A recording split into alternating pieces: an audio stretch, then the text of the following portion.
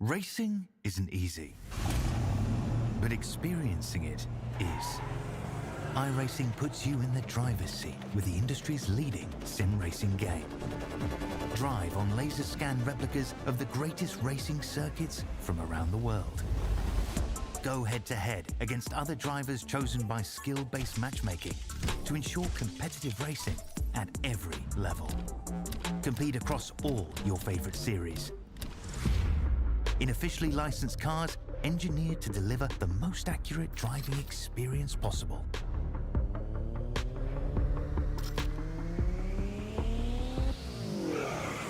Join a race or host your own with players from across the globe. Race against the computer or in a league with friends. Feel the thrill behind the wheel. Visit iRacing.com.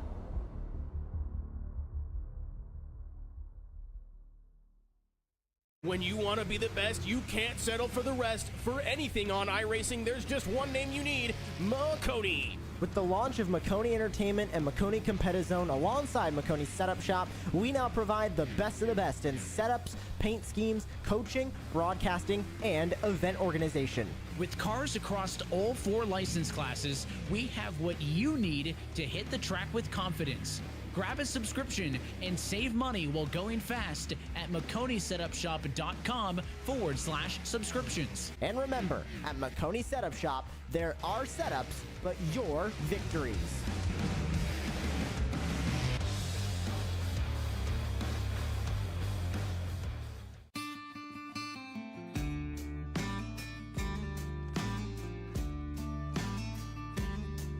Hello, my name's Aaron Brown from the Garage Shop in Denver, North Carolina.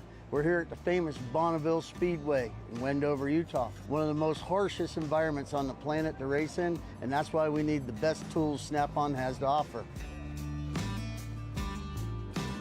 What we use here to pump up the oil in our race engines to prime them is this Snap-on screw gun.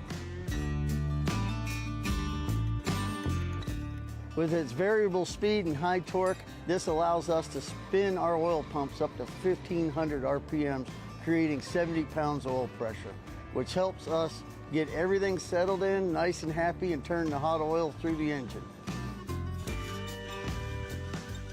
It's compact, lightweight, and able to fit in really tight spaces. Its 9-position clutch allows us to torque things, nuts, bolts, from 8-inch to 50-inch pounds. Small size and high performance helps us get into many places on a race car where normal tools can't. Under the dash and the engine compartment, we also use this to drill a lot of holes in very tight spots.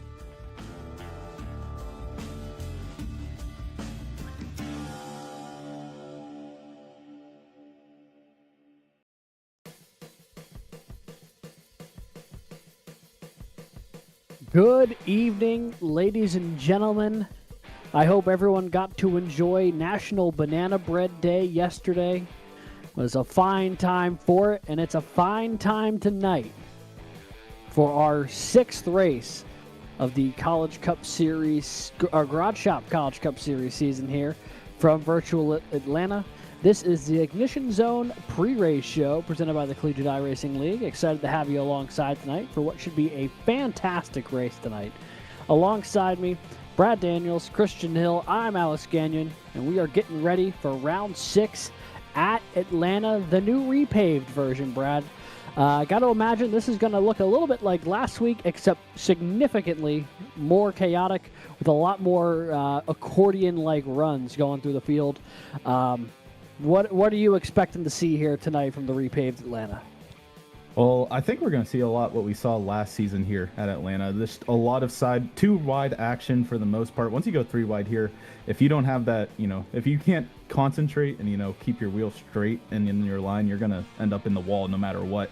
So I think we're going to see a lot of side-by-side action here, but it's also just going to be a lot of moves that we're going to see, a lot of big blocks, I think, more than Daytona, where if you want to get your way through this field, you have one of 2 options, upper, higher, or lower lane, unless you want to make that 3rd lane. So I think it's, like you said, going to be a little chaotic for a lot of these drivers trying to make it up there to the lead. Yeah, it's not so easy to pass here. Not that it's particularly easy to pass at Daytona either, but at least there are 3 defined lanes that you can run consistently without being in a really tight spot. Can't say the same here. These corners are a bit tighter, and that quad oval really only accommodates 2 cars at a time unless you're really forcing the issue.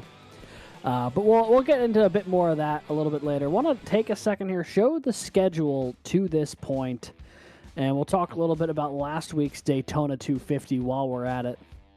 So this is the second straight drafting style track on the schedule. Daytona obviously last week, New Atlanta this week, and then we have Pocono and Indy coming up.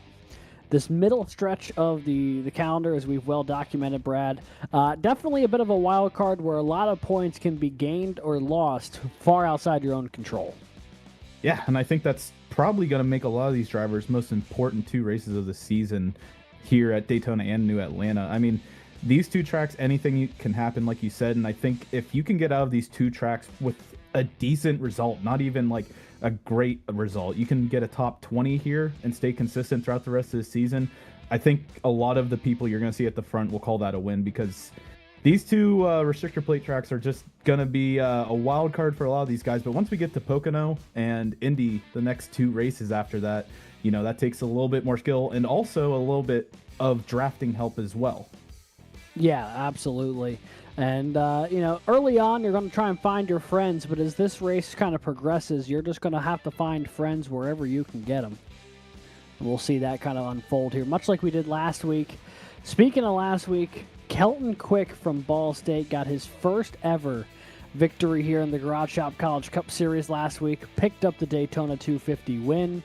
And, the big story, obviously, is his first career win. The other big story that comes out of it, a 4th straight victory for Ball State as a program. Daniel Nanny won races 2 through 4, Quick winning last week. Do you see the run continuing tonight, Brad? Does Ball State make it 5 in a row here at New Atlanta?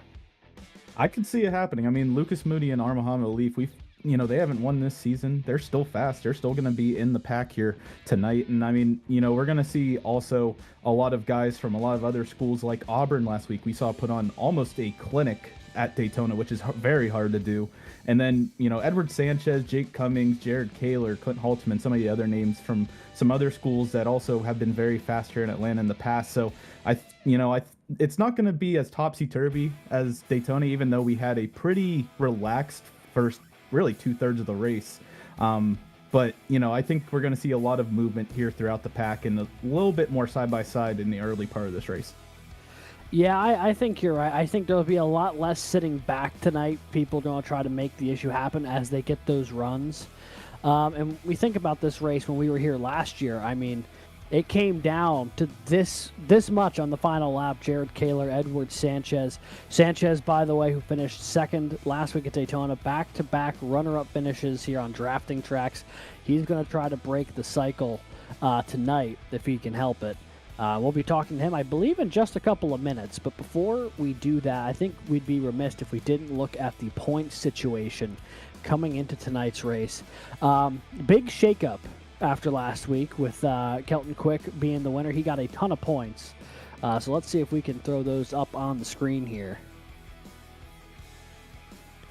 Oh, never mind. We do not have any visuals on the old point system.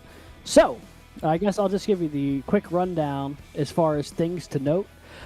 Thanks to getting caught up in some stuff at the end of that race last week, Daniel Nanny drops out of first place in the standings. He now trails Jake Cummings by 1 point, Brad. Zach DeWale only 2 points behind Nanny as well, 3 points off the lead. We've got ourselves a bit of a 3-horse race right up at the front here, and then a ton of contenders just behind in guys like Garrett Byton, Jared Kaler, and Edward Sanchez.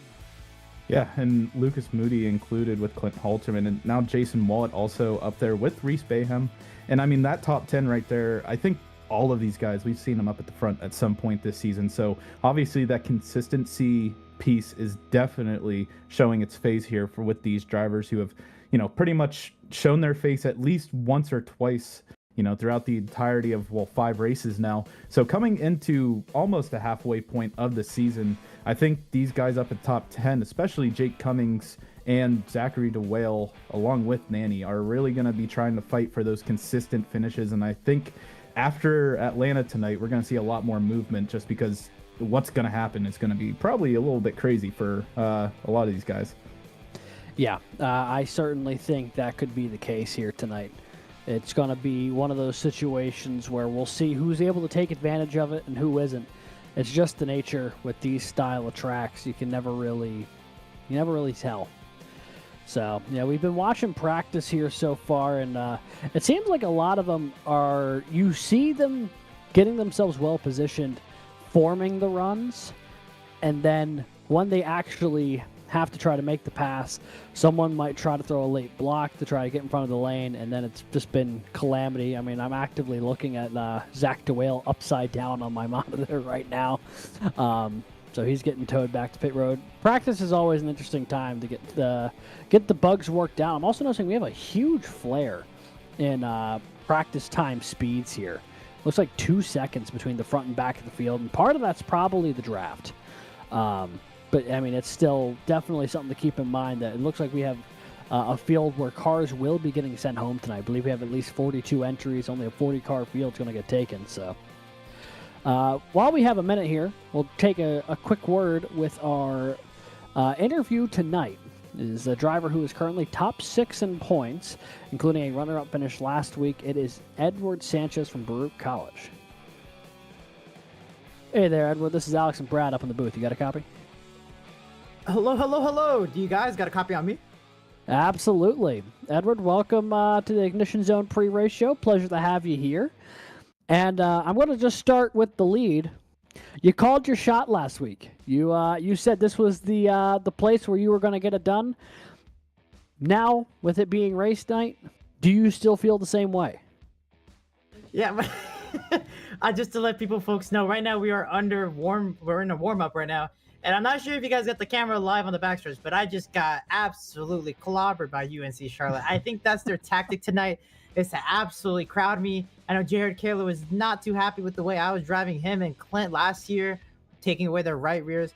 But yeah, folks, unfortunately, I don't know why my camera is not on yet, but it will be later for the race. So, Mr. Producer, don't forget, I will put on my beautiful face for everyone to see at the back at home. And so, yes, I have a great shot tonight. I will say it's going to take a lot for the Baruch ESA Chevy Camaro to be up front. And honestly, it's really going to be just have fun. You know, like, I think what happened last year was just a lot of frustration pent up. And after last week's race, you know, being able to just have a duel it out with the teammate towards the end and a nice drag race to the finish line, I couldn't have asked a better finish. And so really for tonight, for the Nighthawks fly over the Hotlanta 200 presented by UNG Esports. Thank you very much for sponsoring tonight. It's going to be about making the right moves at the right time. And you guys are going to see a lot of me pushing the leader. I say this again. I am not a leader. I am a pusher. I do not trust anybody to be pushing on my back bumper unless it's the white flag. Apart from that, I have no faith, because last year, this time around, when we were at this track, I almost spun out 8 different times from different people trying to give me a bump in the corners, and it just didn't line up. And I was being as predictable as possible. So all I know is if I'm pushing somebody, I'm pushing them to the lead. I'm keeping them up there. That being said, you guys are going to see me kind of steal the right rear, Alpha turn 4. Alpha turn 4 through the on the front straightaway. You're going to see me try to, if I'm on the outside, I'm going to try and put my nose up there and get that side draft. This new aero package that was brought in by iRacing is incredible. It's going to be absolutely insane with the runs that you're going to get here tonight. It's going to be more potent than last time. And so side drafting is going to be really powerful. And I will tell you this, we are running around 185 miles per hour down the backstretch. If we pull out a line and you side draft somebody, both cars slows down to 172. That is almost more than 10 miles per hour difference when you're in the draft or if you're side drafting. So that's how powerful it will be to drag down the inside if you're side drafting from the outside. Also, be a lookout for any moves that I make out of turns 2, especially on the bottom, because these tires, more than not, the right rears are actually getting hotter and hotter, which causes, and also the right front gets tighter. So the car tends to shift up the track. And I'm just going to, it's not like people are watching right now the stream and they're listening to my tactics. But all I'm gonna say is, I'm gonna be saving a lot of tires. I know how to keep the car under control, keep it a little bit loose, so that whenever somebody comes up too high, I'm gonna take the spot. If there's a hole, I'm gonna take it. Anyways, so I currently have a lot of people lined up to work with me. I've got OWR, Vortex. I've got from the folks from last race. I got some from UAH, Auburn University. So honestly, if anybody wants to work with me, they just gotta hold that wheel straight, and they gotta learn how to take pushes, and we're gonna get to the front easily. So yeah, that being said, I'm excited for tonight. Once again, thank you to UNG Esports for sponsoring. And you guys, if you're not watching, if you're not already subscribed, hit the subscribe button. All right, Alex, Brad, and Christian, they worked their butt off tonight to get this show on the road. And honestly, I'm so excited because I'm gonna be a front runner tonight, and you're gonna see these two folks up in the booth gonna be like, Sanchez to the bottom. Oh, hit 3 wide. Oh, a big wreck. Anyways, all I'm gonna say is it a little bit too much for me to predict? Who knows? But I'm gonna play into it now. You know what? Commentate this, Chris. I'm gonna say right now, I'm gonna win this race. I'll see you guys in 90 minutes. Clip it, chat. Type you were here. You were here. Well, yeah. I don't know how to follow that up, to be honest. I'm just glad I muted my mic for that. I started cackling, dude. But honestly, I think the boldest part of that assumption is not you winning. It's that this race would be done in 90 minutes. I think that's the more aggressive prediction. Oh, I'm sorry. It's less of a chance that this race finishes under 90 and that I win. You're right. My bad. All right. I'll be back here by 10:48. Yeah, there we go. That sounds about right. Yeah. We can do that. Well, I have a quick question here. Hopefully, you're talking about you have a lot of allies here out in the field, and you're not you're preferring to be the pusher, not being pushed. If it's down to the white flag, who do you want to push you throughout that final lap to get you to that win? Do you have anyone in particular, or is it just a toss-up? Only one guy in mind. He is quick. He has been quick to get to victory lane. He's been quick to be in my heart. I think everyone knows him. Kelton Quick, the man of the hour. He owes me big time. Nah, I'm joking. All I'm gonna say is that after that sweet move down last week, he knows I raced him clean. We hit the DMs. I said, "Hey man, congrats on getting that first time Seattle race winner." And he said, "Hey, I'll help you out this week." So I can count on Kelton Quick, but apart from that, any of the Vortex guys, I can count on them. I can count on. I'm never gonna count on Drew. I know his butt is gonna leave me to dry out in the inside lane. So, anyways. The one person I want to get helped by, Kelton Quick. The one person that I don't want to is definitely not Drew. Drew Williams, you heard it here first. All right, Edward, thank you so much for joining us up here in the pre-show. Best of luck tonight, and potentially talking to you again here in a couple hours. Yeah, sure, guys. I'll see you guys at 10:48. I'm going to take my trophy and go home. I'm going to go get Taco Bell afterwards. All right, good luck, guys. Have fun. You as well. All right, and that was Edward Sanchez from Baruch College, driver of the number 26 machine, not lacking for confidence here tonight. And we'll debrief from that in just a moment here. But first, we're going to take a quick commercial break. And then when we return, it is going to be flag-to-flag coverage of the Nighthawks fly over the Hotlanta 200, presented by UNG Esports here from New Atlanta. You won't want to miss it. We'll be right back. Racing isn't easy, but experiencing it is. iRacing puts you in the driver's seat with the industry's leading sim racing game. Drive on laser scan replicas of the greatest racing circuits from around the world. Go head-to-head against other drivers chosen by skill-based matchmaking to ensure competitive racing at every level. Compete across all your favorite series. In officially licensed cars, engineered to deliver the most accurate driving experience possible.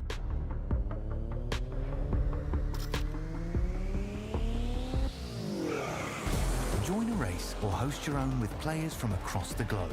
Race against the computer or in a league with friends. Feel the thrill behind the wheel. Visit iRacing.com.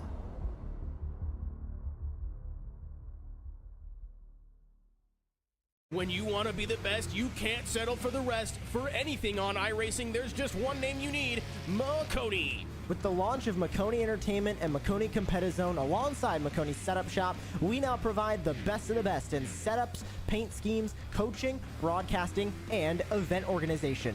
With cars across all 4 license classes, we have what you need to hit the track with confidence. Grab a subscription and save money while going fast at MaconiSetupShop.com/subscriptions. And remember, at Maconi Setup Shop, there are setups, but your victories.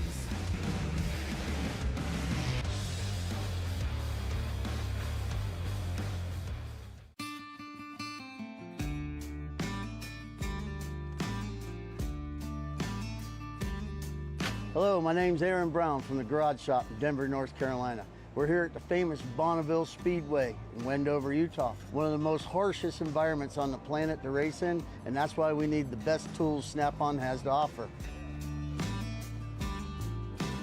What we use here to pump up the oil in our race engines to prime them is this Snap-on screw gun. With its variable speed and high torque, this allows us to spin our oil pumps up to 1,500 RPMs, creating 70 pounds of oil pressure, which helps us get everything settled in, nice and happy, and turn the hot oil through the engine. It's compact, lightweight, and able to fit in really tight spaces. Its 9-position clutch allows us to torque things, nuts, bolts, from 8-inch to 50-inch pounds.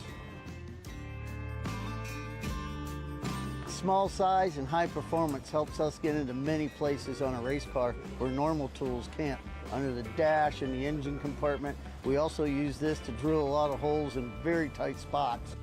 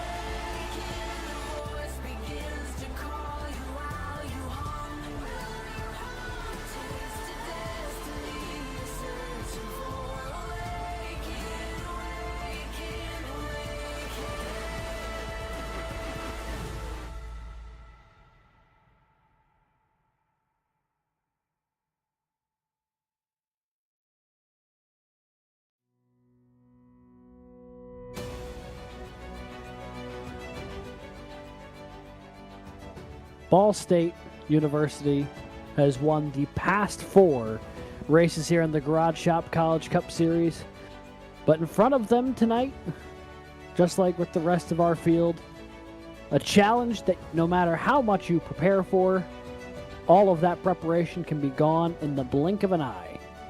This track is not for the faint of heart and favors those who are not only going to be able to make bold moves when it matters, but might just need a little bit of luck as well to skirt on by a potential calamitous accident. Here at the newly repaved Atlanta Motor Speedway, we are here once again for race 6 of the Garage Shop College Cup Series season, live on the Collegiate iRacing League YouTube. Tonight's event, the Nighthawks Flyover Hotlanta 200, presented by UNG Esports. Big thank you to the University of North Georgia's Esports program for sponsoring tonight's event. I want to welcome everybody in, if they didn't jump in for the pre-show. My name's Alex Gagnon. Alongside me tonight, Brad Daniels. There's Brad up on the screen there. Producer Christian Hill also in the booth here tonight. He's giving you all the camera shots you know and love. Although I don't believe you'll hear him on the mic, and if you do, that means something has gone rather wrong. So we'll be relaying anything from producer Christian as well. But I want to welcome you in tonight This is just about the midway point of the season, Brad. We're starting to really get a sense of who are going to be the people up at the front of the field, who are the people who really need to do some work here by season's end. But that being said, this is one of those races where it doesn't matter how your season's gone to this point. You've realistically got just about as good a chance as anybody else in the field of getting it done here tonight.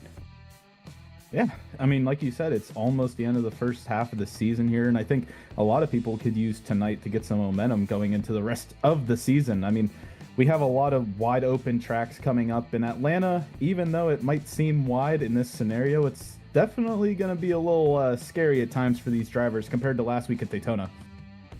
Yeah, Daytona definitely a little bit wider here than Atlanta, and the speed's a little bit lower here, but because handling comes into effect with how tight these corners are, you'll see drivers feeling a lot more uncomfortable today than they were last week.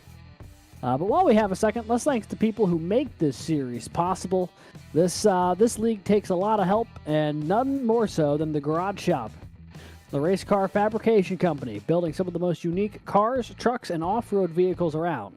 Their motto of honoring the racers who came before us and putting our competitors behind us resonates with the entire field here in the CIL. You can check them out at thegarageshop200.com. And thank you to the Garage Shop for being our season-long partner here of the College Cup Series. ECAC Esports, adding great value to its member schools by enhancing the competitive experience for hundreds of students seeking to participate in intercollegiate esports. The Maconi Setup Shop, the home for setups, paint schemes, coaching, and more. The official setup shop of eNASCAR and the Garage Shop College Cup Series. You can visit the MaconiSetupShop.com today to subscribe. Whiplash SimCams, an iRacing and Esports media group specializing in racing and team graphics, iRacing camera packs, and other broadcasting resources. And tonight's sponsor, UNG Esports, the University of North Georgia, kind enough to help put this event on here tonight. You can check them out online at the University of North Georgia's website. That is ung.edu. They've got 10 titles that they are currently hosting tryouts for, so feel free to look up their Discord online and inquire about teams that you could join today. And a quick word from Jack Wilson, driver from UNG. He says he wants to give a quick thank you to the UNG Esports organization. He's been wanting to do esports for a while, but he was never really good at most of the mainstream competitive games. However, with their help, he was able to get into the CIL and make it happen in iRacing. So, big thank you to them, and big thank you for Jack Wilson for jumping aboard this season. It's been fun to have UNG in the field this year. And they are putting on tonight's event. The Nighthawks fly over the Hotlanta 200. Well, Brad, speaking of Hotlanta, if you will, this track, for the longest time, was known as the tire wear track, you know, with how burnt out it was, and then they repaved it in 2022, and it completely changed the complexion of this racetrack, and I think a lot of people would honestly argue maybe for the better. There's been some really phenomenal races here over the past couple of years. Yeah, historic finishes. We've seen it all, even in CIL and in real life. So Atlanta with this repave has definitely turned a corner to, some would say better, but also some will really enjoy what Atlanta was. And as you can see back in 2021 in season 1, we had that old configuration, and you know, we've been here from pretty much the beginning of the CIL. So, you know, Atlanta holds a spot in everyone's heart who has been part of the CIL since the beginning. So as you can see, this mile-and-a-half track has a decent bit of banking, and like you said, Alex, it's you know, a little tight, but also, you know, it's gonna have a little bit more tire wear and a little bit more, you know, control of the car compared to Daytona. Yeah, this is such a unique challenge in the field, and you know, it's not a track that some of these guys have much experience with because a lot of them got so used to the old version of this track. We've only been to the repaved version of this track once. That was last year when we had that fantastic finish with Jared Kaler and Edward Sanchez. Came down to like a tenth or two of a second. I mean, it was phenomenal stuff. And I have a feeling we'll see a bit more of that tonight. These guys run each other really tight at these drafting type tracks, and we'll probably see a bit more of that to come. Producer Christian, I have a question for you. Do we got a qualifying video? Yes, we do. We are going to jump on board with a qualifying video to show you a little bit of what it's like to run a lap here at the new version of Atlanta. And we're going to jump on board with, I believe, the Baruch College driver of Edward Sanchez in just a moment. So our pre-race interview, who, tell you what, he knows how to get around this place. He'll probably have a pretty solid lap. And looking at the timing tower, I believe he definitely did. And as you know, Edward was saying, he's, you know, more of a pusher than to be pushed. But here at Atlanta, it's a little bit more easy going, I would say, than Daytona at times when it comes to, you know, if you have two wide racing. But when it comes to qualifying, it's still the same. Everyone's pretty much stuck under a tenth of a second of each other. So you can see Edward Sanchez using that high line, warming up those tires, getting as much momentum as he can to try and put it up on that front row, which he did, starting up in second. So you can see here, this is pretty much the epitome of speed here in Atlanta when it comes to qualifying, hugging that line down to the apron and just holding it straight, keeping it consistent, and trying to use as much or as little micro movements as you can. Yeah, the more you can keep the car moving in a straight line, the more speed you're going to be able to maintain, because even those small adjustments of the wheel bleed off a little bit of speed. And, you know, at a track like this, we're just talking, you know, fractions of a second could be the difference. I mean, I think the pole time today is a 31.35. Not even making the race was a 33.51. So you had about a tenth and a half that could put you anywhere in this field tonight. That is how steady you need to keep that car. And with that, I believe it is time for us to take a look at tonight's starting grid. The starting grid for tonight's the Nighthawks Flyover Hotlanta 200, presented by UNG Esports, and it is going to be the points leader coming into tonight. Jake Cummings on the pole, a 31.352 for Converse University, puts him just ahead of last week's runner-up and last Atlanta race's runner-up, Edward Sanchez. He rolls off 6 thousandths off of the pole pace. They're on the outside of row number 1. Row 2 tonight, it'll be Auburn's Landon Velicki and the 62 machine. Last year's winner at Atlanta, Jared Kaler, rolls off 4th. In row number 3, it is going to be R. Muhammad Ali from Ball State University and Evan Karlbahn and the number 78 machine.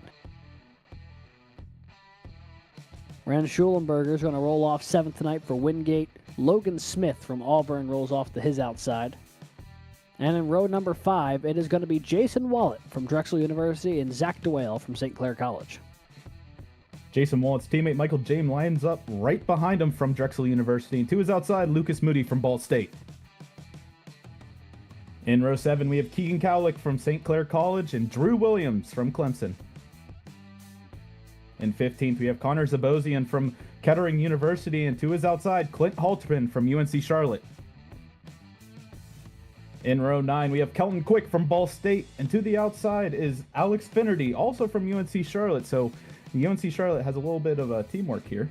And then rounding out your top 20, Ricky Paz from ECU, East Carolina University, and to his outside, Dylan Godinez from the Penn College of Technology.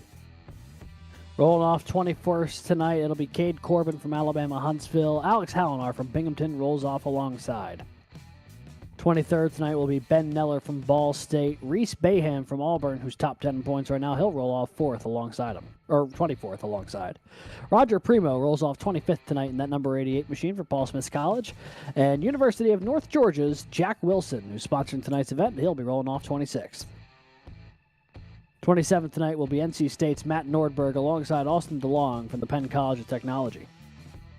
And in row 15, it'll be Nick Henley from Ball State University and Caleb Winslow from East Carolina. In row 16, we have Garrett Fighton from Arizona State University, and to his outside, Josh Giambrone from Rowan Cabarrus Community College. Nick Stockner from Clemson starts 33rd, and Cutter Capini from Paul Smith College starts 34th.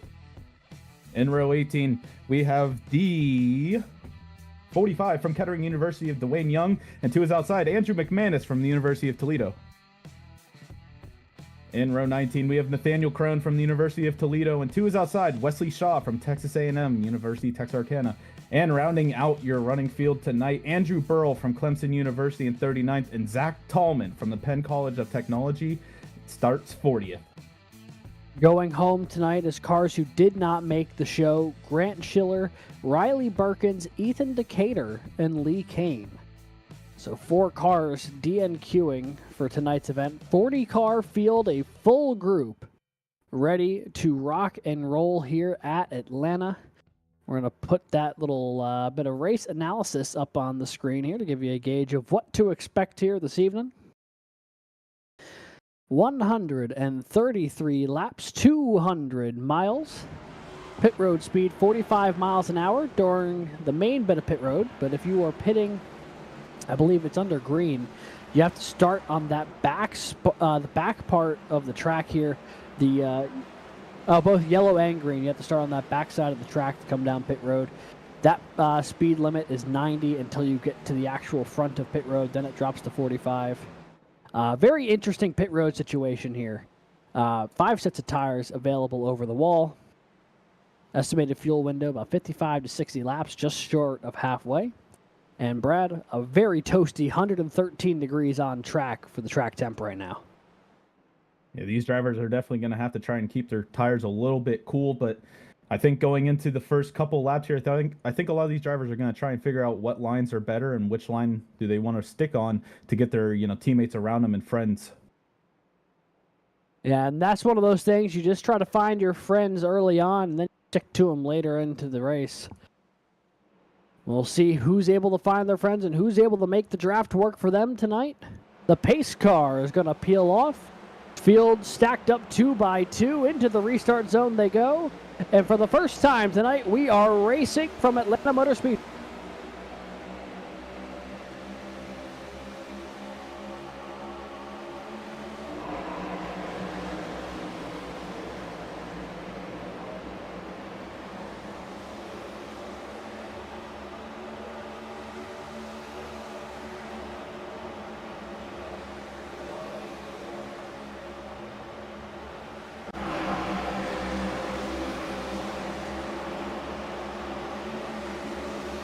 Leading this first lap, it'll be Edward Sanchez from the outside row, jumped out in front of Jake Cummings, and he will lead the opening lap of this race. And it took exactly 1 lap, Brad, for the first and second place cars from last year to find themselves first and second here in this edition of the race. Yeah, these two are definitely know how to get it done. And I mean, Jake Cummings is also one of those guys you need to watch out during this entire race, but Evan Carlbun using the absolute heck out of Jared Kaler's bumper in these first couple of laps, pushing him right past Edward Sanchez, and now Kaler's going to lead the second lap and potentially be able to pick whichever line he wants to lead that. Yeah, he is about fully clear now of Sanchez, and he will be able to drop down to that inside lane if he wants it. Evan Carlbon there, the Ocean County College car in the 78. Good qualifying effort to get him into the mix, and he has already worked himself potentially to the front here as Kaler drops down in front of Sanchez. And I got to imagine this is the position that Sanchez wants to find himself in. He was rather adamant in the pre-show about wanting to be the pusher, and now he's going to be able to push last year's winner of this event, who defeated him by only, about a tenth of a second or so. Interesting dynamic at play. I'm sure that is not a factor that is lost on either of these drivers as we're on board here with Carlbon here on the outside lane. And I mean, Sanchez is doing exactly as you said. He's pushing the heck out of Kaler, and that gave them a little bit of distance here on the outside line, a 2-car breakaway if you want. And, Jake Cummings is trying to stay in line. All this bottom row is really, going to try and use everything they can to, keep position. But Everett Carlbon on the outside here, just trying to do what he can, side draft in the corners and also on the backstretch, and just, keep it calm, keep it consistent, and try to, lead this line somewhere. But right now, I mean, these three are able to get right past him, and now Landon Belickey's looking to the inside of the 78. Yeah, Belickey's down there. At one point, the Auburn cars were side by side in Logan Smith and Belickey, but that lead group has started to pull away a little bit. The outside lane is stacked up just a hair, and now it's Carlbon going to work here, battling with Belickey for the 4th position. It's the first side by side. It's 3 wide, a little deeper in the field.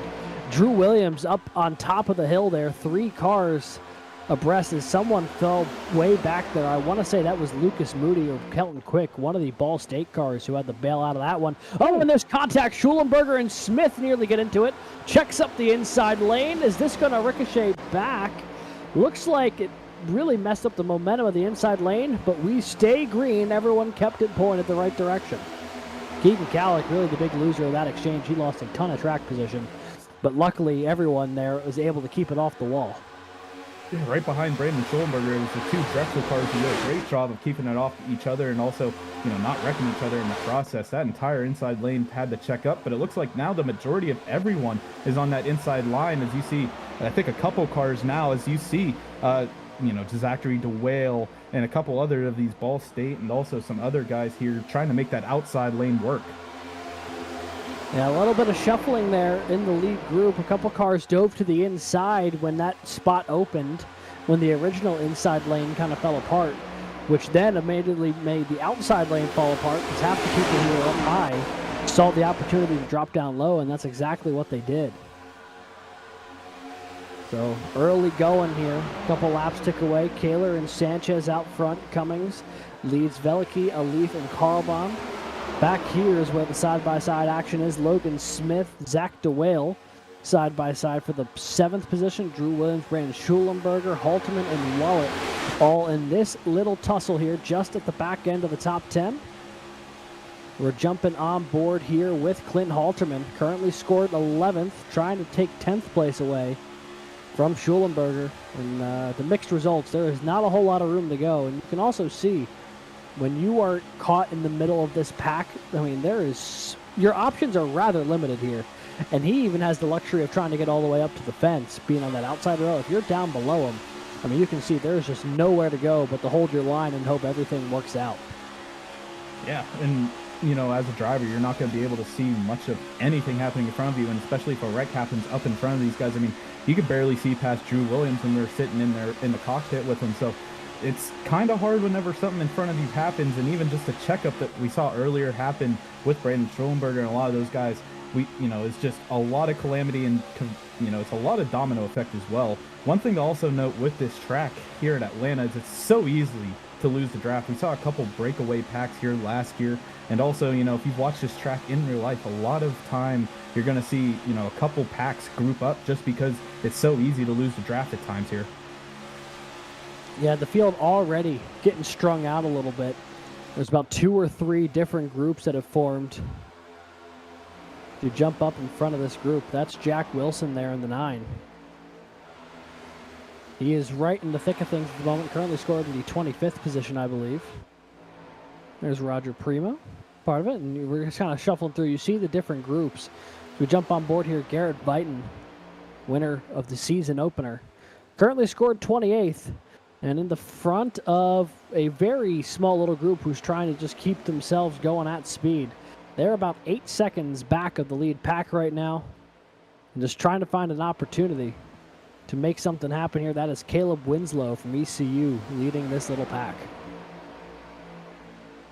And really, if these guys want any hope, the more cars that come back and join this pack, the better. But, they're quickly losing time on the front pack, and they're almost about half a track behind of the lead pack already, and it's only been 15 laps. So these guys need to kind of get it together, and it ultimately depends on the front 2 cars within these mini packs, because if Garrett Vighton might not be given the greatest pushes, or it might just be the 27 from ECU is also just not receiving it very well. So those two, obviously, if they want to work together, get it going, they can make their way back up to this huge group. As you see, they're still 2 wide up here.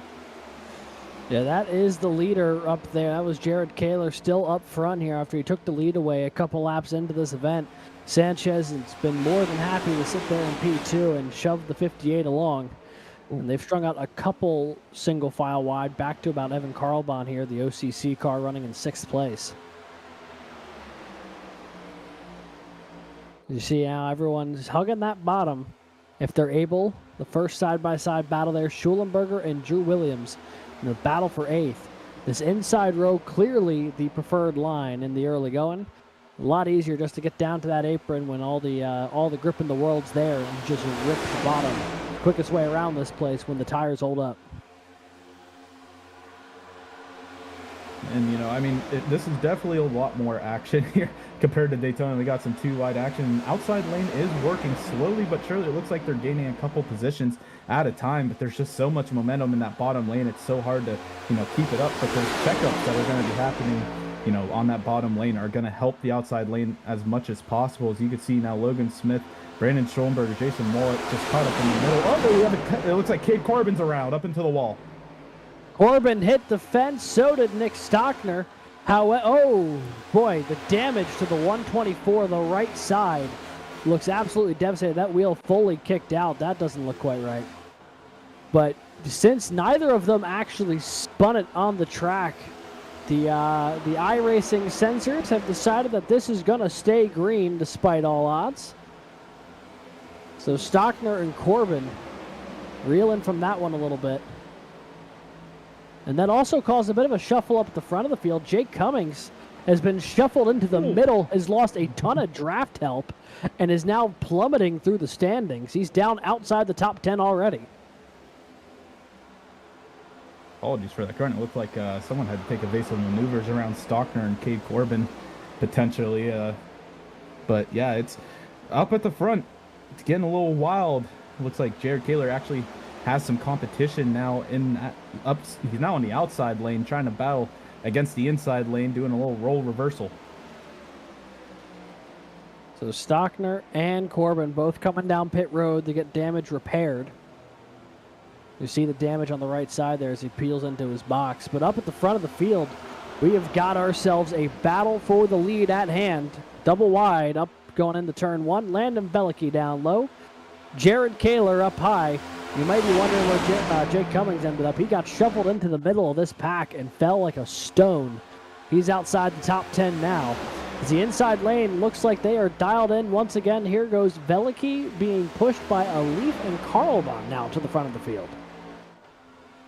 And they're making that inside lane move. And you can see, it seems like that inside lane is obviously going to be the place that a lot of these guys want to get the runs coming out of definitely later in this race. So that's definitely going to be used to everyone's advantage, that knowledge. But you can see Edward Sanchez trying to use this outside lane, pushing Jared Kaler. This is his preferred position. So if he really wants to, you know, get back up to the front, he's going to have to push the ever-living heck out of the UNC Charlotte machine of Jared Kaler. You know, both of these guys know how to get it done. But, I mean, we saw Auburn last week put on a pretty dominant, you know, race there at Daytona, but obviously, you know, didn't get the win at the end, but did everything they basically could to put their name on the map to, you know, make sure everyone knows they are a name to be reckoned with. Yeah, I believe we had talked with Landon Bellicky, and he felt pretty confident about his chances. We'll take a look at the replay right here. You see Corbin sideways there with Michael James and comes up the track, collects the 124. Let's see what happened here. Looks like, oh, yeah, big bit of a stack up there. The 08 looked like he maybe tried to drop in front of the 99, but the 99 was still alongside the corner. And that ultimately put the 08 up into the fence, collecting Stockner. Both of those cars now scored 4 laps down as they're trying to repair. Sanchez is around. Sanchez lost it on the back straightaway for a second. He's collected it. We once again stay green, but he is trying to get back up to speed. Let's see if we can find what happened to the 26 here, because he was also up toward the front. On that outside lane, I mean, stuck right behind Jared Kaler. Drew Williams behind. He gets loose coming out of the corner, down to Brandon Schoenberger, and just luckily able to keep it straight. I think, honestly, if Schoenberger wasn't there, I don't know if he would have hit that inside wall or not. I think he'd be able to save it, but that, you know, 7 car of Brandon Schoenberger is going to be a little damaged from that as well. But the big loser, obviously, with that, Edward Sanchez falls out of the lead group, and now there's only 15 cars up here in the lead group. Yeah, starting to thin out a little bit as the handling starting to go away from these race cars. Landon Bellicky still up at the front as we take a look there. There's Brandon Schulenberger, the car who almost just got collected in that incident. And he's still chugging along, though, in position number 8. So Bellicky still leads over Alif, Carlbahn, Smith, and Cummings, who has worked his way now back up to P5 after being as low as P13 a couple laps ago. 25 laps complete here from Atlanta Motor Speedway. And tell you what, it has been a very racy opening few laps here, Brad. Were you expecting it to be this up at the front of the field, or were you expecting them to be a little more calm?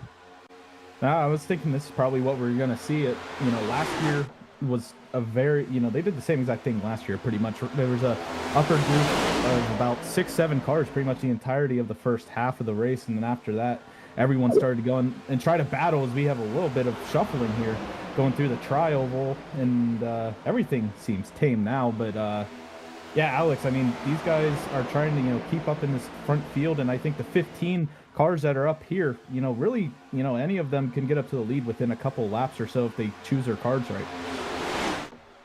Yeah, right now, I think at this point, things starting to settle in a little bit. You see Drew Williams trying to lead that outside lane to the front here.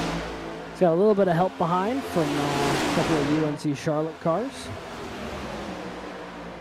And this is the point of the race when if you're kind of like in this lead pack, you feel like you may not need to make something happen right away, but you do feel comfortable in the fact that you are at least still in this lead group, because they are really starting to open up a gap.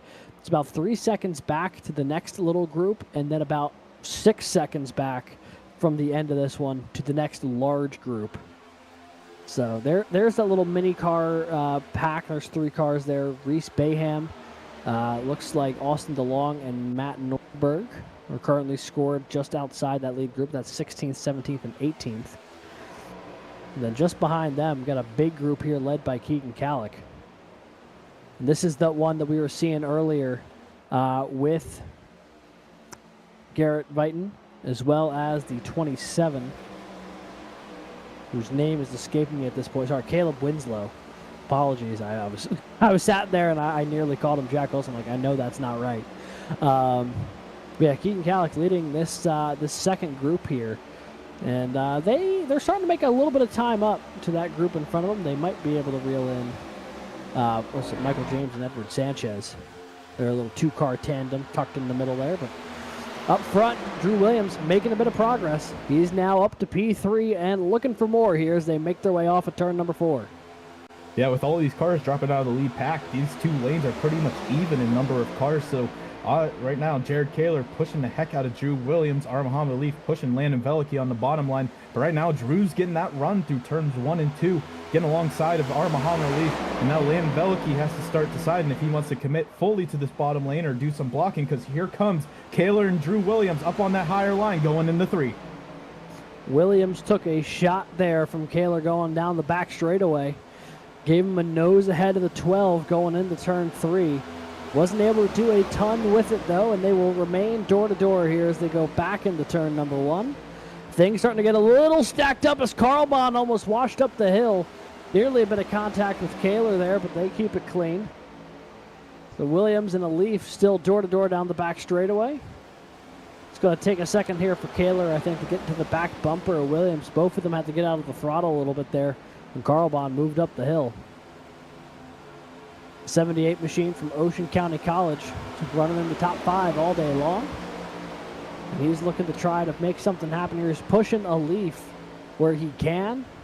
Williams starting to get a nose ahead here of Leaf. Got a nose to the corner of Veliky off of 2. But will he be able to do anything with it?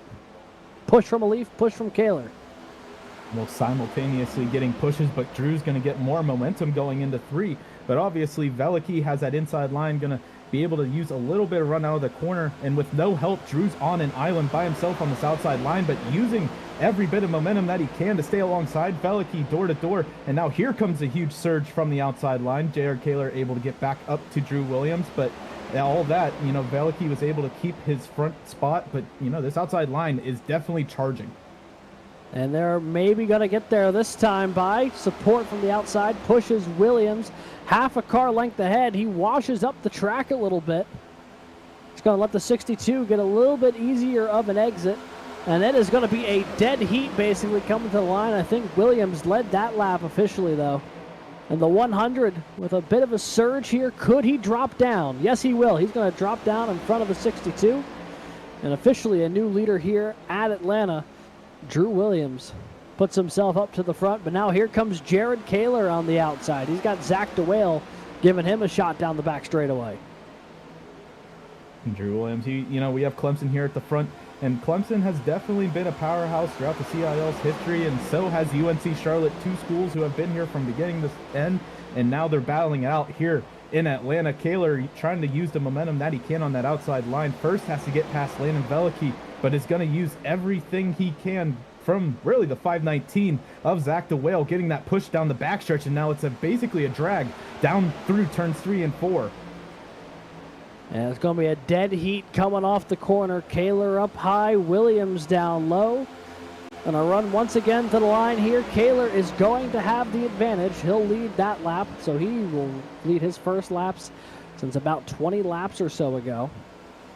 The 58 back up front. Here comes Zach DeWale as well to his back bumper. The 519 having a really, really good season to this point. It's only 3 points off the point lead coming into today's race. And doing the most with it right now. He currently sits in P2. Was thinking he might have dropped down there in front of Drew Williams, but elected against it. So this outside lane now, the place you want to be. 2 cars fully clear in line. Now Kaler, does he stay up high or does he try to play the lanes? This outside lane has some powerhouse. I mean, these two drivers are Jared Kaler, Zach DeWale, only drivers on the grid right now with multiple restrictor plate wins. So these guys definitely know what they're doing when it comes to anything draft related. And, you know, they're making it show here, pulling out to a 2-car pull away on the outside line. And now really both of these drivers can do whatever they want. They could lead whichever line that they choose. But also Lucas Moody has now made his way up to 3rd past Drew Williams. And really, I mean, this outside lane after having a pretty abysmal start is really the place to be at this point. Yeah, the tires are starting to go away enough where I think they're really killing some speed on corner exit for the inside lane. Without being able to push up toward the wall, you've just been putting a little extra wear into your tires coming off the corner each and every time, trying to get that car muscled around. I think we're starting to see the ramifications of that now about 40 laps in. Kaler leads. You got DeWale and Lucas Moody up high. They're starting to stretch it out just a little bit here. It seems like they gain about, about a half to a third of car length just about every time they go around the racetrack going into the start-finish line. We'll see if the inside line has anything to say about it here because they're a little tighter connected up at the front, down low. A lot of chatter over the radios so far today as well. A lot of drivers trying to communicate, get things set up, making sure they know where they are at. It is a busy place over the airwaves right now. Yeah, and I think we're going to have to see that communication come into play if green flag pit stops come into play. Because, last week at Daytona, we saw I think a caution or two potentially from, these green flag pit stops occurring. And I think we're going to have to see a lot of people saying, I'm pitting, and trying to make sure everyone around them knows that they are going to drop it down under the apron on the backstretch. So, these drivers going to have to use that communication if they want to stay safe. It looks like now this lead pack has grown up a couple cars. A couple cars have added to the pack, and I think we might see Edward Sanchez also join the pack potentially with Michael James if everything goes well.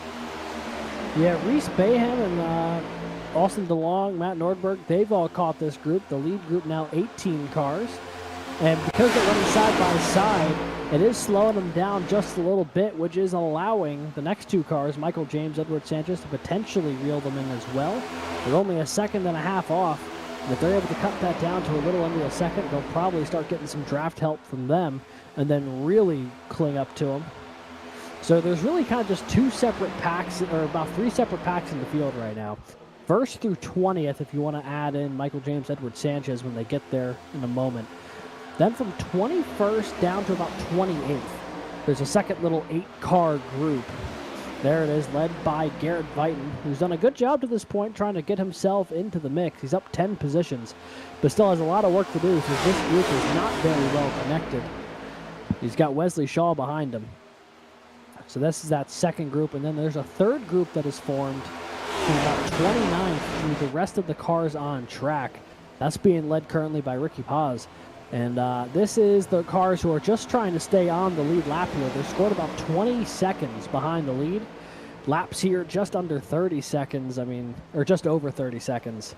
They're all single file. They're all trying to do what they need to do to keep themselves in contention, Brad, but you got to be careful because if they start having that double wide pack catch up to this group, trying to circumnavigate lap traffic is going to be a real challenge for the way that lead group is running right now.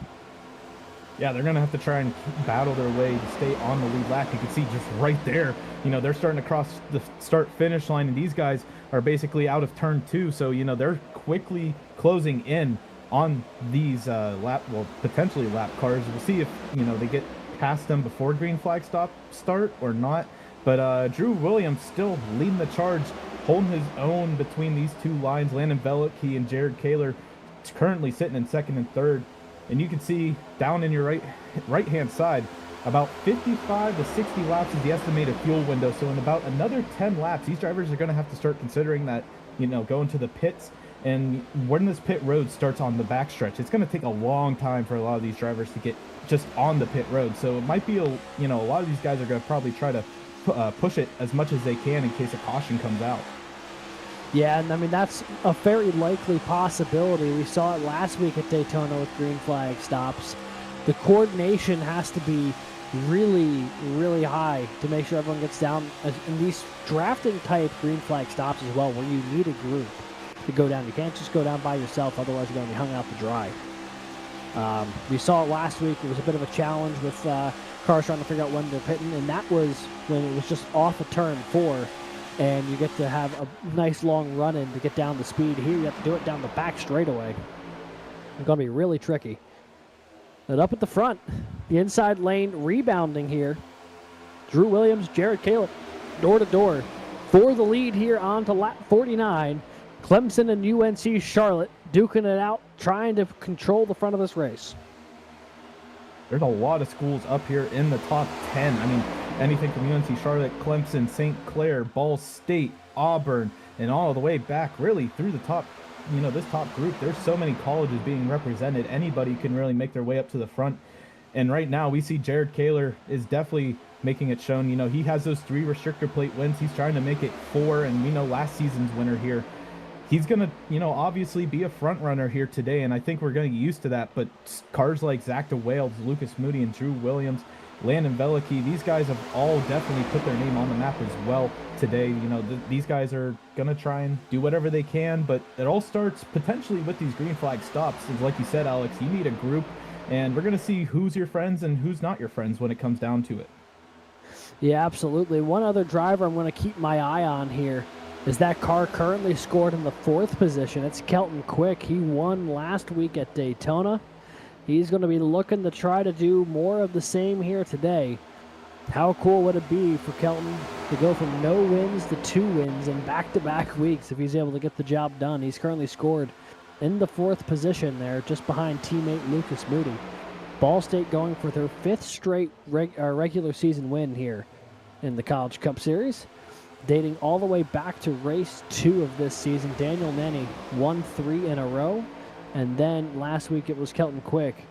Ball State trying to go 5 in a row here in the opening 6 races after Garrett Vighton won the season opener. They still have a few more positions they're going to have to try and figure out if they're going to start leading some laps in this one.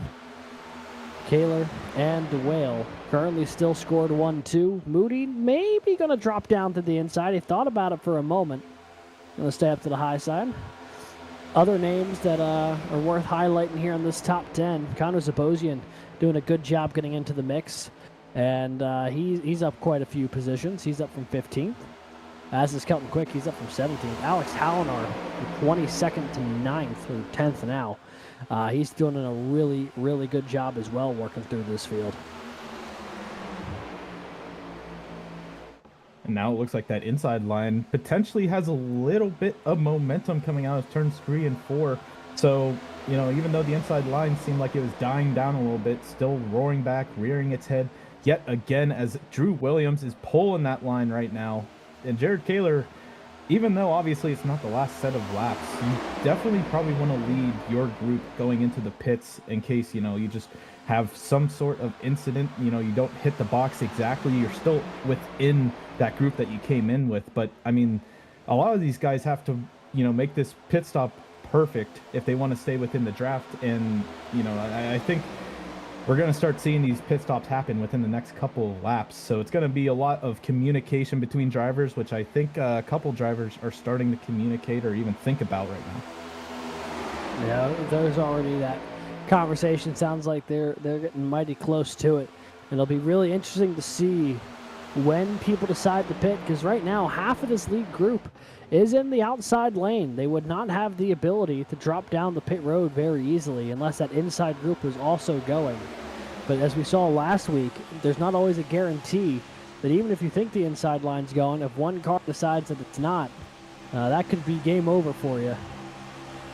We're on board here with Zach DeWale looking out the back bumper, seeing just how tight that field is right now.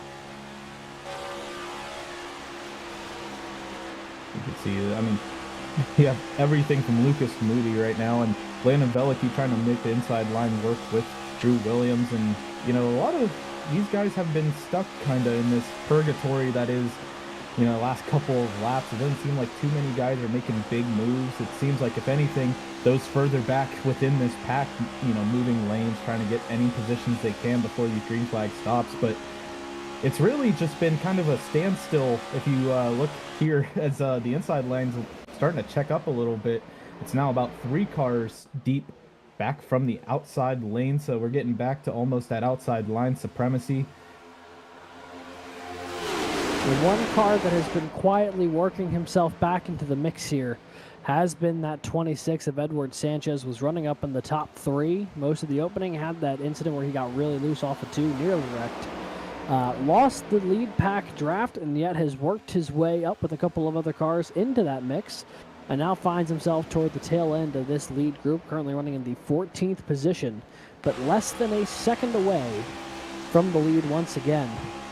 It's been a tough recovery here for the 26, but he's back in it, as are several other cars who needed some time to get up to this mix, most notably guys that started deeper in the field: Austin DeLong, Reese Bayham, Matt Nordberg. All 3 of them started back near 30th, 24th or higher. And they're all now inside around the top 15 as well. And really now we're definitely seeing this outside lane pull away. It's about 5 cars deep going out of turn 4 into lap 60 now. These guys are definitely trying to use everything they can, get all the momentum. Jake Cummings right in front of Edward Sanchez here. Also someone we saw get shuffled out a little bit in the race. And I mean, everyone's trying to make their way back up to the front, try to keep themselves, in the right spots when they need it. You see Edward Sanchez dive into the inside lane, trying to make something happen, pushing Landon Velicky up into Drew Williams. And we'll see if this inside lane gets some new momentum now. Yeah, a little bit of shuffling around, people trying to get themselves positioned here. Not a whole lot of time left to do so. We'll take a look here on the onboard with Sanchez. A lot of cars up on that outside lane. And now 60 full laps have been complete. No one coming down pit road just yet. Makes me think they might be getting slightly better fuel expectancy than we were thinking, as it looks like there is one taker for pit road. That, I believe, is Zach Tallman in the 71. So Tallman actually got into the wall earlier. He's trying to get damage repaired. So despite a couple of cars having incidents, we have stayed green since the opening drop with the green flag here today. Here's the replay of what happened to the 71 that brought Tallman down pit road. It just looks like he gets a little out of sorts potentially through the tri-oval? I don't know, maybe going through 1 and 2.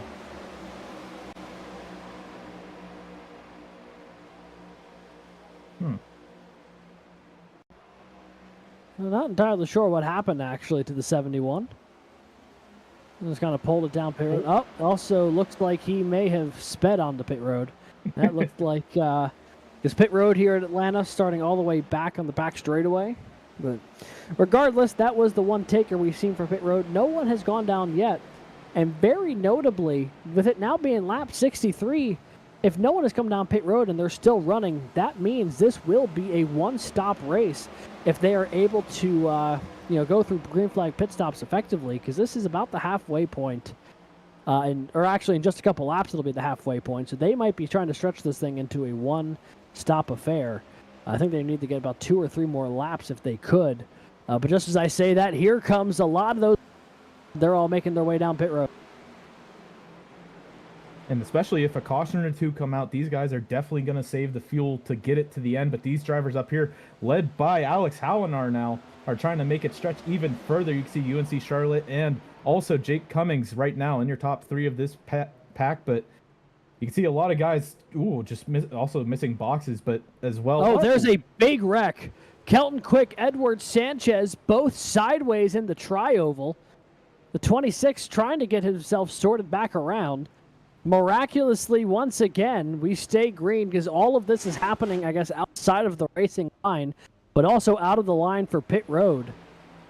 Man, iRacing sensors have not been kind to the field tonight when it comes to trying to throw the yellow flag. So we'll take a look here as everyone getting on to pit road. It looked like it was going to be fine until it suddenly was not. Oh, a little bit of a domino effect from the looks of it. I mean, it started with, I think, Andrew Williams and Lucas Moody. We'll have to look again. Well, Kelton Quick's right in front of Drew Williams.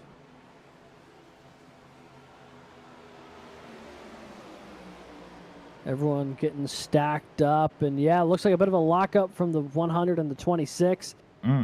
Sanchez gets Moody turned around. Belicky turns Quick. Boy, that's a tough break for several drivers. I mean, that was just a tough break trying to get on to pit road. As we still have several more cars who have yet to come down pit road. So we'll take one more look at this replay on board here with the 100. You can see him and the 26 just lock it up a little bit, trying to get every last bit of time they can.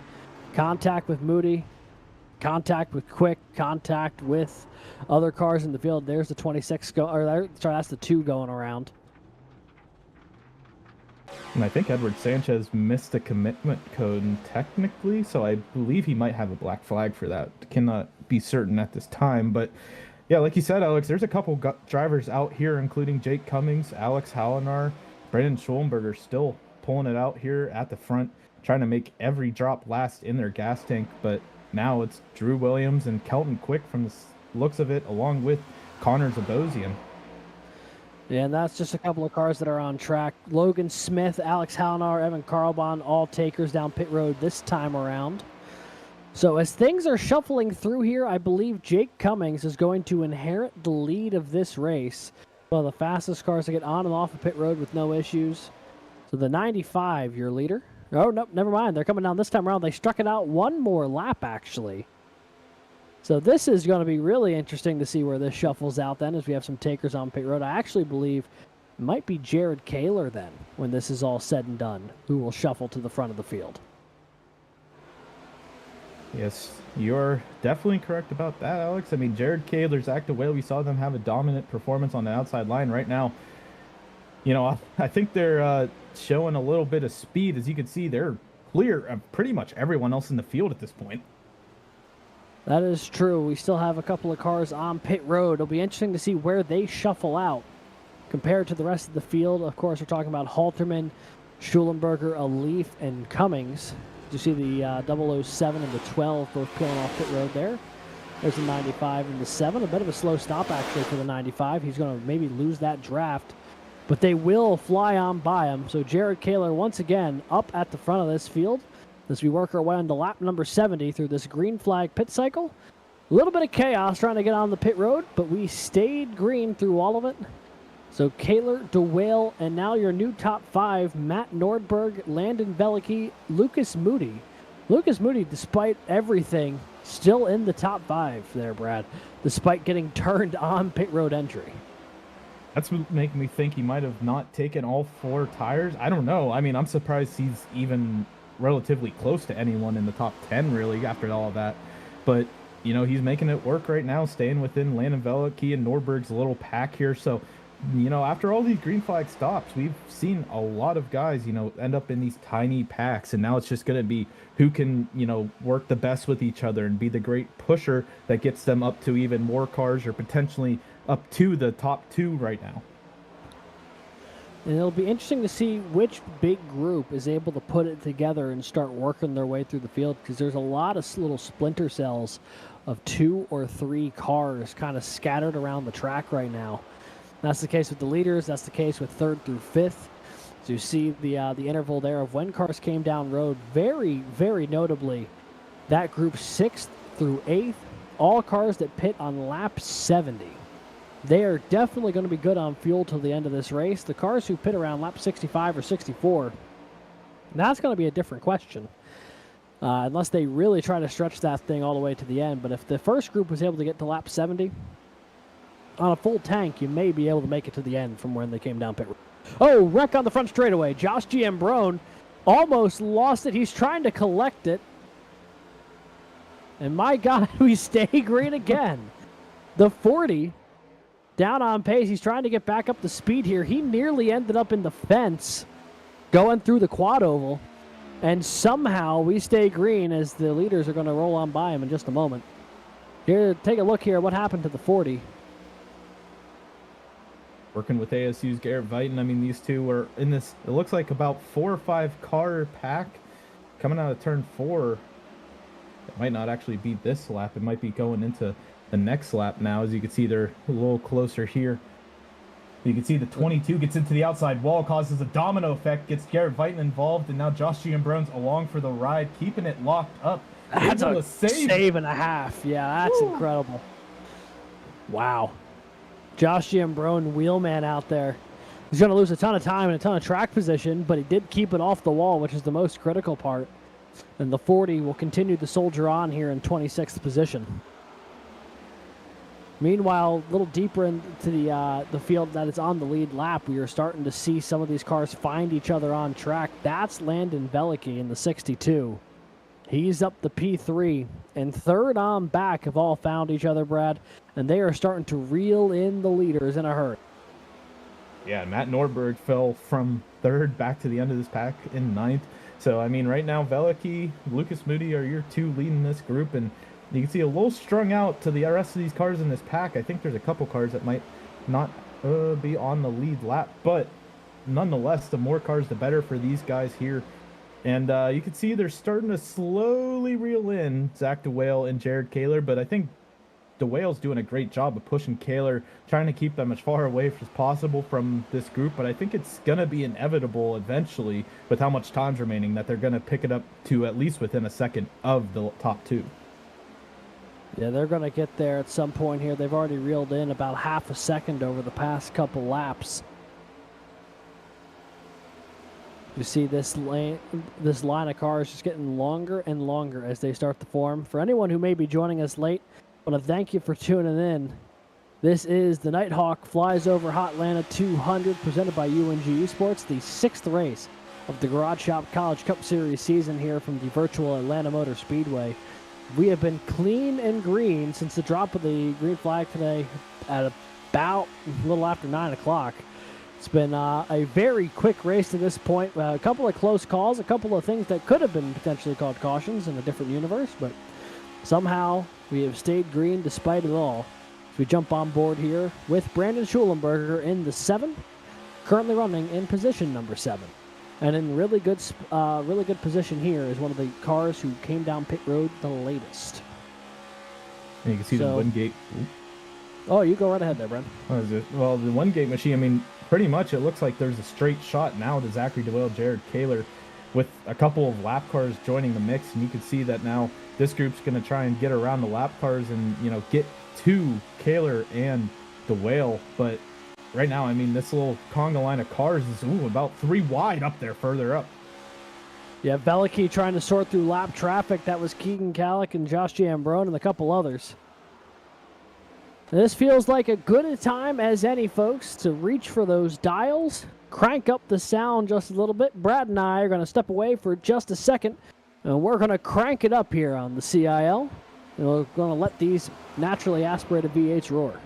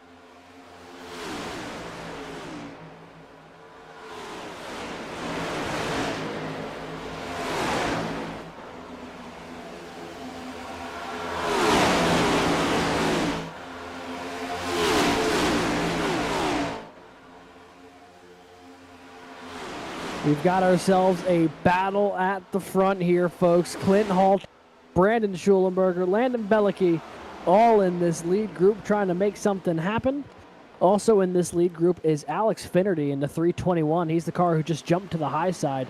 He's trying to get his lap back if he can help it. He's actually going to be able to maybe make that run work on the outside. He almost lost it off the corner, but he will make that move decisively, getting himself back on the lead lap the old-fashioned way there for the 321. But that second car on the inside, that is Clint Halterman. That is the car who currently leads this race. His next time by will already be on lap 90 of 133 here. And they are absolutely cooking out here tonight, Brad.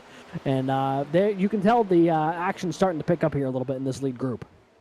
Yeah, I think, all these guys definitely are realizing, this might never go to a caution with the rate we're going. And the pit cycle already went through, so these guys are pretty much stuck with this situation if they are, the race goes all the way to the end. So right now you saw that pairing of Zach DeWale and Jared Kaler, leading a bunch of laps after that cycle.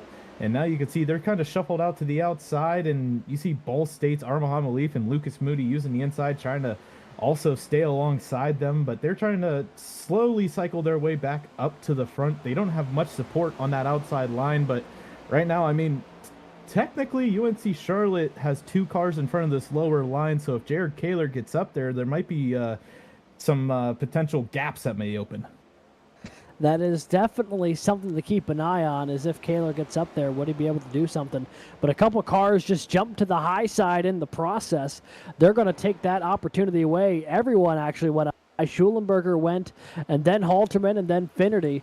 Finnerty almost just lost connection there. That's a terrifying place for the rest of the field, just behind a car who's not on the lead lap, or technically on the lead lap, but just barely, to start blinking out. But looks like everything has stabilized now. Down on that bottom side, it's Landon Bellicke. He's getting a push here a little deeper in the field as everyone's starting to shuffle around. Just like that, the entire field shuffles. Bellicke went from leading the inside lane to 6th in the inside lane because everyone in front of him decided that, the inside is the place to be all of a sudden. Yeah, and those guys who went up high just to try and help the outside line are now stuck out there, but Jared Kaler's going to try and do the exact same thing, try to make this little 4-car pack on the outside lane work. Now everyone's going up to the high side. Seems like a little bit of a snake formation is happening. These front 3 or so cars are just going to keep jumping up in front of whoever they can, and some communication can also help make that happen. So Zach DeWale, Jared Kaler leading that top line. Well, not leading it, but leading the side-by-side action on the top line. So you see a couple of guys here. Clint Halterman is the biggest mover of the race, up 15 positions currently. Along with that, Wesley Shaw, Matthew Norberg, Austin DeLong, and Andrew McManus have been making their way through the field. And, even though, these guys have not, reared their head, Wesley Shaw, we've seen him time and time again here to this race, part of different groups. And along with Matt Norberg, he's a part of this group as well. So these guys are definitely trying to just do anything they can to make up the positions. And right now, Alex Finnerty is fending for his life, luckily with a teammate behind, but now a hungry group of 2 lines of cars. Yeah, Bellicke back to the lead on the bottom side. Does anyone decide to try to drop down? No, Bellicke actually goes high. Bails on Lucas Moody, so now it's going to be a Ball State 1-2 on the inside lane with Moody and Muhammad Alif. Meanwhile, up high, Bellicke slots in behind the 519 of Zach DeWale. Holding on to position number 4 right now as a podium finisher last week. Looking to try and maybe do one better here today. But a good run here for the inside lane. It's going to get Moody some track position. He's going to move up as far as 3rd. And now looking for the lead, but dropping down is Finnerty and Halterman. This feels a little reminiscent, if you remember back to last season, Brad. That race, I want to say it was Talladega or Daytona, one of those drafting tracks where John Hagan was helping Mario Miranda to a victory despite the fact that Hagan was no longer on the lead lap. It feels a little bit like that right now with Finnerty and Halterman. A couple of UNC Charlotte cars trying to make something happen up at the front of the field, even though one, the current leader, and then one is just barely still on the lead lap. And I think if you're Alex Finnerty now, you have to worry about blocking potentially 2 lines. I mean, yeah, you still have Clint Halterman behind. That inside line has started to get some momentum going. As you can see, a lot of cars are now joining that bottom line. But, you know, they're doing a great job considering, all, you know, everything going on around them. It started out with a couple packs, and now this huge pack, you know, starting to wind up again in the back quarter of this race. As you see, our Muhammad Alif jumping up to the outside lane, leaving Lucas Moody down on the inside lane. And, you know, Alex, I think the outside line might be where a lot of these drivers want to be potentially towards the end of this, you know, green flag run. But I don't know if they really want to be worrying about that right now. They might want to be trying to get some positions. Well, that's the thing, you know, with how quickly this race is ticking away, you can look at the board and say, oh, you know, we still have 35 laps. But, I mean, you know, this race started less than an hour ago, and we're 100 laps in. So at the rate we're going, it's not going to be very long before this thing's over. So if you have a move you're thinking of making, I think you got to start thinking about making it soon, because there has not been any evidence to suggest tonight that this thing's going to get stacked back up. So if you're kind of, especially if you're outside this lead group, it has got to be hammered down, get single file, and just try to use the draft to reel somebody in here. Because this lead group, I think, if this stays green, the winner is going to be one of these cars that we're looking at. Because there is simply a huge gap back behind to the next car on track. So right now, Halterman trying to lead up front. He's got Schulenberger just behind him, as with DeWale. Then on the inside lane, the first car in that group, I believe, is actually Dwayne Young, who is not on the lead lap as well. So this lead group that we're looking at, a big mix right now of cars on and off the lead lap. Yeah, ironically, I mean, both lines are being led by cars trying to battle their way back onto the lead lap. Right now, Dwayne Young would get the lucky dog, but I mean, he's trying to just make it back organically so he doesn't have to worry about that. We'll see if that happens, because I don't think, you know, Dwayne Young's going to have any real allies, at least from, you know, his school, to help him out. But right now, it looks like Logan Smith is going to try and do everything he can to get to the front of that line and maybe make some inside lane magic work. And as I say that, he jumps up to the outside lane and leaves Kettering's Dwayne Young fall back. Yeah, everyone's trying to cycle around the 45, it looks like. So another taker jumps up high. This time it's Logan Smith. He jumps up in front of his teammates. So now Auburn has been reunited at the 4th and 5th position on track right now. Curious to see if they're going to try to step out and make a move together to the inside here if they clear the 45. They haven't quite done it yet, though. As right now, Young alongside Veliky just behind Logan Smith. You can see the battle there. Good run here down the back straightaway for Veliky. Got some separation, but now here comes the 45 right back to the inside. And here comes Matt Nordberg as well. The 070 together. A sneaky good run here. Started 27th. He's up to position number 7. It's as high as he's been all day long. And a good time for it as well. Yeah, NC State's Matt Norberg has been quietly staying within this lead group pretty much the entire race. Looks someone hit the outside wall potentially, but right now the 076 definitely trying to keep his name in contention, trying to use the inside lane and jump now back out to the outside, right behind the 62 machine of Landon Veliky and right in front of Lucas Moody. So, you know, a lot of these guys are trying to, you know, make up positions, and I think Norberg did a great job of that, using that inside line to the point where he couldn't, you know, get any further from the looks of it. And as I say that, it looks like now the inside lane has a run. Yeah, there was a big checkup on the outside. You could see how much Nordberg had to get off the throttle there. Really accordion this outside lane and started from a couple cars in front of him, I believe. You can see the gap that opened up there. So laps continuing just to fly off the clock here. We're on our way to lap 106 of this 133 lap race. And we're looking off the front nose here of the NC State Wolfpack machine of Matt Nordberg. Just outside the top 5, looking for more. He's one of those cars in the top 10, though, who pit as early as they could to try to make it a one-stop thing. So if this goes to overtime, he might be in tough shape. Because I don't know how much extra fuel guys like him, guys like Zach DeWale, guys like Austin DeLong, all those cars who pit at lap 64, and even those who pit at 65 for that matter, in this top 10 are going to be able to extend it should there be some kind of issue. But for guys like Halterman and Schulenberger, who are up at the front of this field, who pit on lap 70, they are going to be good to go, assuming that they fully filled up the tank. But they also may have taken slightly less, knowing that they extended the first one. Who's to say? There's a lot of potential fuel mileage implications here as these laps start to tick away, and I wonder if that's something on the mind of these drivers who maybe are running in the draft right now, trying to give it like 80-90% throttle in some areas just to save a little bit of fuel that they could be using at the end of this race. Yeah, you took the words right out of my mouth, Alex. I mean, these guys that are sitting like Brandon Schoenberger and on back in the line, these cars that are third and on back in their respective lines, they get to, check up and, hit 80% throttle while staying in that draft and able to save a little bit of fuel as they can. Clint Halterman might be a little, using it a little bit more compared to everyone else in this field, but he should be fine.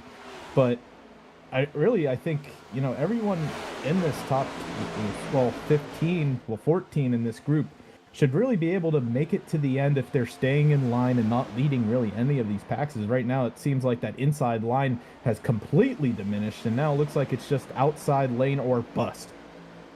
Yeah, everyone, I think, collectively decided they didn't want to be behind the lapped car of Dwayne Young. And as the moment they found an opportunity to jump to the high side, that's what they've done. And that includes the 40 of Josh Giambrone, who is our free pass car at the moment. So even though he's also a lap down, he decided, well, the inside looks to be a bit of a sinking ship right now, so he jumped up to the outside. Next time by, it'll be about 23 laps to go here from Atlanta. Halterman, the second car on the outside, is our leader. The car in front of him, Alex Finnerty, trying to stay on the lead lap here, his teammate at UNC Charlotte. And behind Halterman, though, a host of contenders as we jump a little deeper in the field. That's the back half of the top 10 right now. Matthew Nordberg leading some hungry folks. R. Muhammad Alif, Lucas Moody, Jason Wallet, Jared Kaler, Jake Cummings. And this line goes all the way back, it looks to be, to about Austin DeLong. 14 cars within a second of the car in front of him there. Then a big gap back to Hallinar in 15th. So the top 14 really where it's at right now in the closing moments. I mean, honestly, Dwayne Young was holding his own on that inside line all by himself. He eventually found his way in the line, but he's choosing that inside line. So you see some checkups there on the outside, people hitting the wall. And, sometimes when you're stuck behind these cars, you have nothing to see out of the front of your car. Sometimes you just follow the leader right into the wall, and I think a couple of cars are, falling a victim to that a couple times this race. So going into 21 to go, as tame as it seems, I think a couple of these cars are going to have to figure out who do they want to work with around them, because they don't have much of a choice if they want to get up to the front.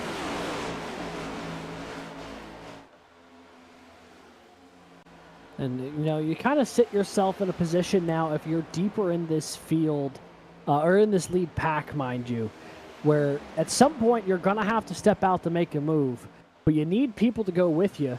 But if you mistime that move, and you just go out there by yourself, you could lose your spot in line and lose a good bit of track position. We're at a weird point in this race where it's a really delicate situation with Nordberg just behind this group, clipped the wall a little bit, checked up that second half of the lead pack.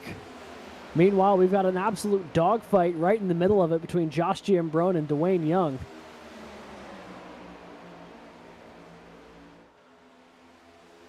So listen, there's a lot of chatter on the radios now. People trying to get things sorted out. I think it's Ricky Paz. Everyone in that second group, way back about 14 seconds, just trying to get something connected and get up to this lead group. But it is, it's a bit of a serene moment, I've got to imagine, as a driver, Brad. When you're in this lead pack, laps are ticking away, you know that you've given yourself at least a chance here, staying in this lead group. But now it all comes down to the mental math of when do you make your move and who do you work with. Yeah, and especially when it comes down to it, you see a couple cars. I mean, right now, Alex Finnerty and also along with that Clint Halterman have that teammate connection, but a lot of these drivers obviously know each other very well outside of just their respective schools. So they're going to try and just battle their way into the front of this pack, if they have teammates or not. Like I said earlier, you don't really have a choice of who you're going to work with at this point. You have about 20 cars in this lead pack, and it looks like they're going to get a couple more going into it. As you can see now, Jake Cummings is going to be one of those who are going to try and elect the low side, the only one to do so right now, but it looks like Matt Norberg and the rest of the second pack are just on the fringe of potentially losing this front pack, and they're going to have to battle their way to get into the draft, as I think they got back into it, riding back on board with Converse's Jake Cummings. And you can see the speed jump the moment Cummings got back in line. He was down around 174. He got in line there on the back straightaway, jumped all the way up to 181. So that is a live look at the Currens points leader. He's only up 1 point on Daniel Nanny and points on Zach DeWale, but DeWale currently runs third. So Cummings has some work to do tonight to try to maintain that points advantage. He gets a bit of a run here. Oh, people are in the wall up there at the front. I want to say that might have actually been Lucas Moody potentially, who clipped the wall, stacked up that outside group. And Cummings now going to try to make a surge to the inside. Does anybody go with him here off of turn 4? Doesn't look like it, but he's going to do a little bit of side draft and trying to hold on to something. Doesn't seem like it's working too well, and this is the situation you find yourself in at this point, where it's like, when do you make that move? As you see him slide up in front of Drew Williams, he'll take that spot away at least. Lucky he didn't get hung out to dry there on the inside and lose a ton of track position. And now he's trying to do a little bit of hopscotch here, jumping in and out of line, picking up positions, picked up, say, 1 or 2 more here as he slides up in front of Jason Wallet and Jared Kaler. Alif now jumping to the outside, trying to get a run on Lucas Moody. Cummings thinking about going to the inside, 3 wide into turn 1. And although this is great for watching, I mean, these guys are losing a lot of time to the front pack. So Cummings quickly made his way through this little pack, but now they got some more help. But, is it too little, too late? Ball State's going to try to make the outside work, but if you're going to make it back and contend for the win, you're going to have to try and make it single file to just get a push, get all the momentum you can. And honestly, Alex, I don't know if these guys are going to be able to get back within a second. I mean, they're making as much time as they can, but Matt Norberg's away for about a second and a half, and now Cummings is getting in the draft of Norberg, but they're going to have to battle their way up with only 13 to go to even have a shot. Also, something interesting developing at the front of the field. Edward Sanchez, who is currently off the lead lap, was actively trying to block that lead lane from advancing position. And that is something you're allowed to do. You're allowed to try to fight for each and every lap, but you see how aggressively he's trying to side draft here to keep from going 2 laps down. Halterman going to clip the inside of the apron just a little bit. Going to let Sanchez try to get back up toward the front. Even if he has the nose ahead of Halterman, scored 1 lap down. Now he'd find himself 2 laps down. But that has really changed the complexion up at the front of this race as well. Everything got really stacked back up in that group as they are having a tough time trying to clear the 26 at the moment. And yeah, I mean, Edward Sanchez is trying to do everything he can. I mean, we saw him have a lot of great pushes, but right now we've seen him also be very aggressive in the past, and that is exactly what he's trying to do. Keep every lap he can, every position, side drafting the side of Zachary DeWale to try and just do anything he can. As you can see, DeWale washes up a tiny bit, but Edward Sanchez is right there, not giving him much room. And now Logan Smith to the back bumper of the 519. You see 0 separation there between those 2 cars. So 10 laps to go. Here from Atlanta, Clinton Halterman leads over Brandon Schulenberger, Zach DeWale, Logan Smith, Landon Bellicke. Halterman's been able to hold on to the lead here the past couple laps, but things are getting interesting. He throws a block on Schulenberger, now throws a block on the 26 of Sanchez. A year ago, it was Baruch and UNC Charlotte up at the front of this field, and we kind of have that again here tonight, although this time it's they're not all on the same lap here. So you see now Dwayne Young also off the lead lap trying to get around the 519. Lap traffic playing a monumental factor here. Oh boy, Halterman nearly ran the 26 up into the fence. Big move, bigger block. That was wild. We'll have to take a look at the replay if we can show it. The 26 was trying to get up and around the 007, and Halterman nearly ran him all the way up to the wall.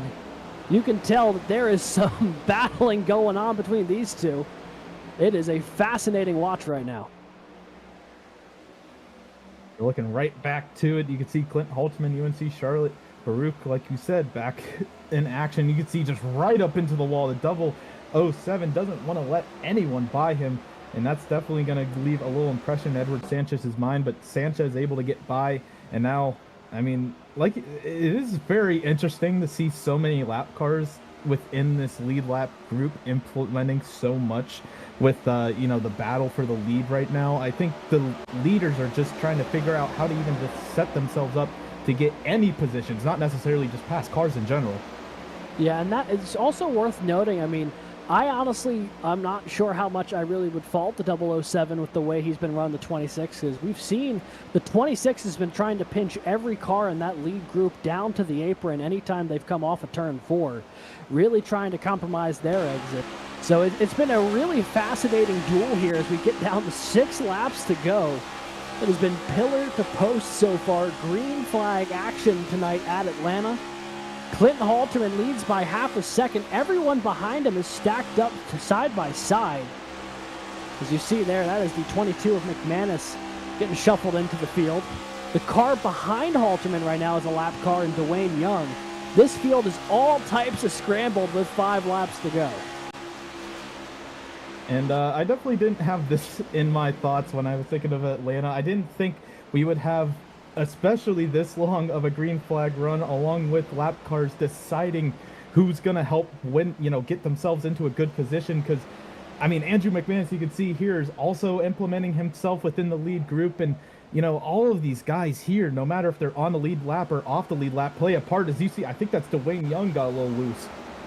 A little loose would be an understatement. He nearly lost it coming off of turn 4. But that opens the door with 4 laps to go for Brandon Schulenberger and Zach DeWale to get into the mix here up at the front of the field. Halterman had about a car length and a half of separation from the guys when Dwayne Young was behind him. The 45 now shuffled up to that middle lane. And now the second and third place challengers have arrived. 3 laps to go from Atlanta, and Schulenberger's there. Schulenberger all up on the backside of Clint Halterman.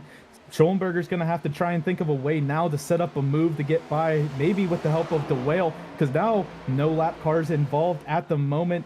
And, you know, these guys are definitely going to try and figure out how to set up Clint Halterman. Halterman, who's been leading this entire back half from the, well, feels like he has been, you know, running the perfect race if you're thinking of UNC Charlotte. But right now, Brandon Schulenberger and Zachary DeWale, the Wingate and St. Clair combo, possibly trying to steal that win away from UNC Charlotte.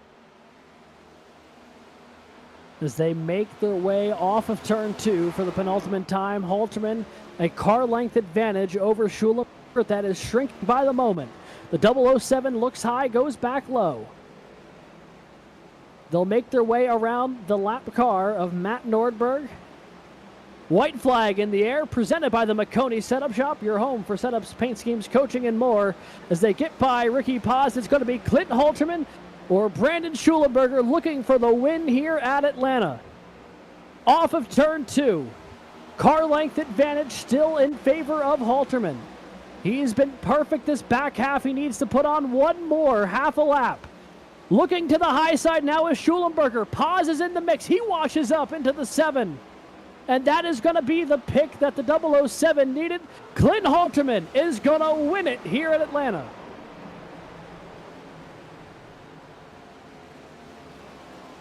A marathon of sorts for here in Atlanta. Clint Halterman takes it in dominating fashion in that back half of the race, is now able to pick up a win for everyone at UNC Charlotte. Clint Halterman wins here tonight, his first win of the season.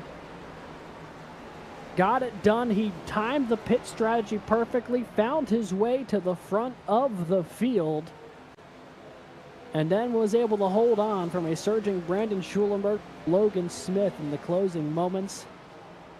That is career victory number 4 for the driver of the 007, as he will burn it down on the front straightaway.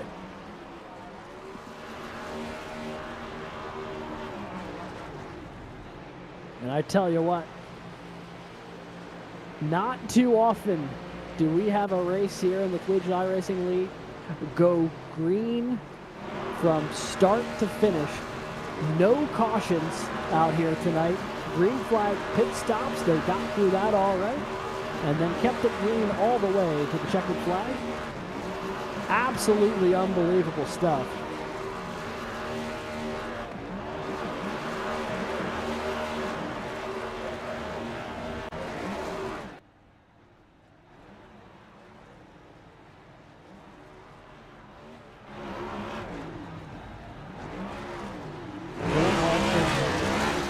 Burns it down.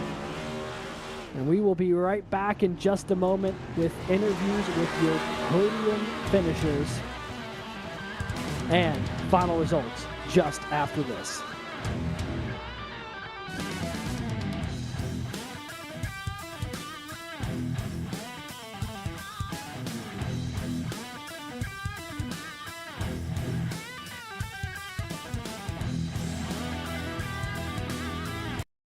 Racing isn't easy, but experiencing it is. iRacing puts you in the driver's seat with the industry's leading sim racing game. Drive on laser scan replicas of the greatest racing circuits from around the world. Go head to head against other drivers chosen by skill-based matchmaking to ensure competitive racing at every level.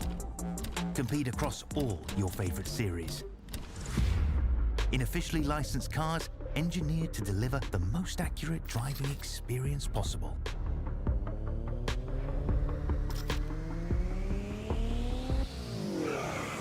Join a race or host your own with players from across the globe.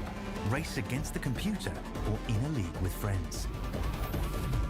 Feel the thrill behind the wheel.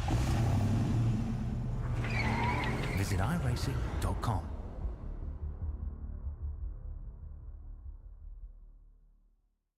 When you want to be the best, you can't settle for the rest. For anything on iRacing, there's just one name you need, Maconi. With the launch of Maconi Entertainment and Maconi Competizone alongside Maconi Setup Shop, we now provide the best of the best in setups, paint schemes, coaching, broadcasting, and event organization.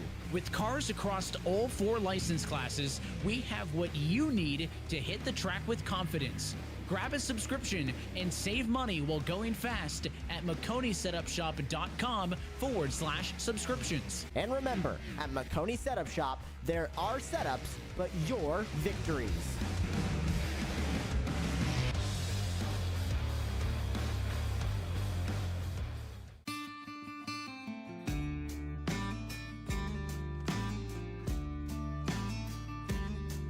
Hello, my name's Aaron Brown from the Garage Shop in Denver, North Carolina. We're here at the famous Bonneville Speedway in Wendover, Utah. One of the most harshest environments on the planet to race in, and that's why we need the best tools Snap-on has to offer. What we use here to pump up the oil in our race engines to prime them is this Snap-on screw gun. With its variable speed and high torque, this allows us to spin our oil pumps up to 1,500 RPMs, creating 70 pounds oil pressure, which helps us get everything settled in, nice and happy, and turn the hot oil through the engine. Compact, lightweight, and able to fit in really tight spaces. Its 9-position clutch allows us to torque things, nuts, bolts, from 8-inch to 50-inch pounds. Small size and high performance helps us get into many places on a race car where normal tools can't. Under the dash and the engine compartment, we also use this to drill a lot of holes in very tight spots.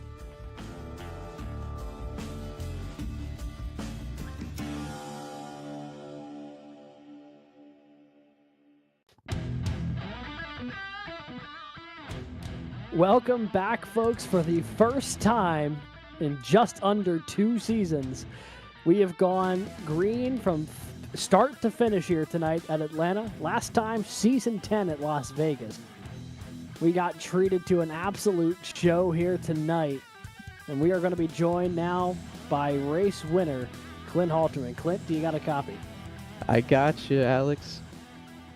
Clint, long time no see, man. Welcome back to the top step of the podium. Career Garage Shop win number 4 for you. And this time you got it done in, dare I say, pretty convincing fashion. I mean, you were the guy that beat after the green flag pit cycle, and no one was able to overcome that. Man, yeah, it feels so good to be back. I won that first race my rookie season and then followed that up with 2 more wins in the summer season right after that. And I haven't been able to get back to victory lane. So, it's kind of like when it comes that easy at first, it's like, oh, I can do this every week, but it's been what, almost coming up in 2 years since that last win. So, man, it feels so good to get a victory. And that was that was a weird race. I never in a million years would I expect Atlanta to go caution free. I gotta give a big shout out to Schollenberger. We were both on the same strategy there, pitted the same lap. We executed the pit strategy perfectly, and we got a 1-2 there. So that was really cool. But man, yeah, it was I was kind of stuck in that first part of the stage. I couldn't really go anywhere.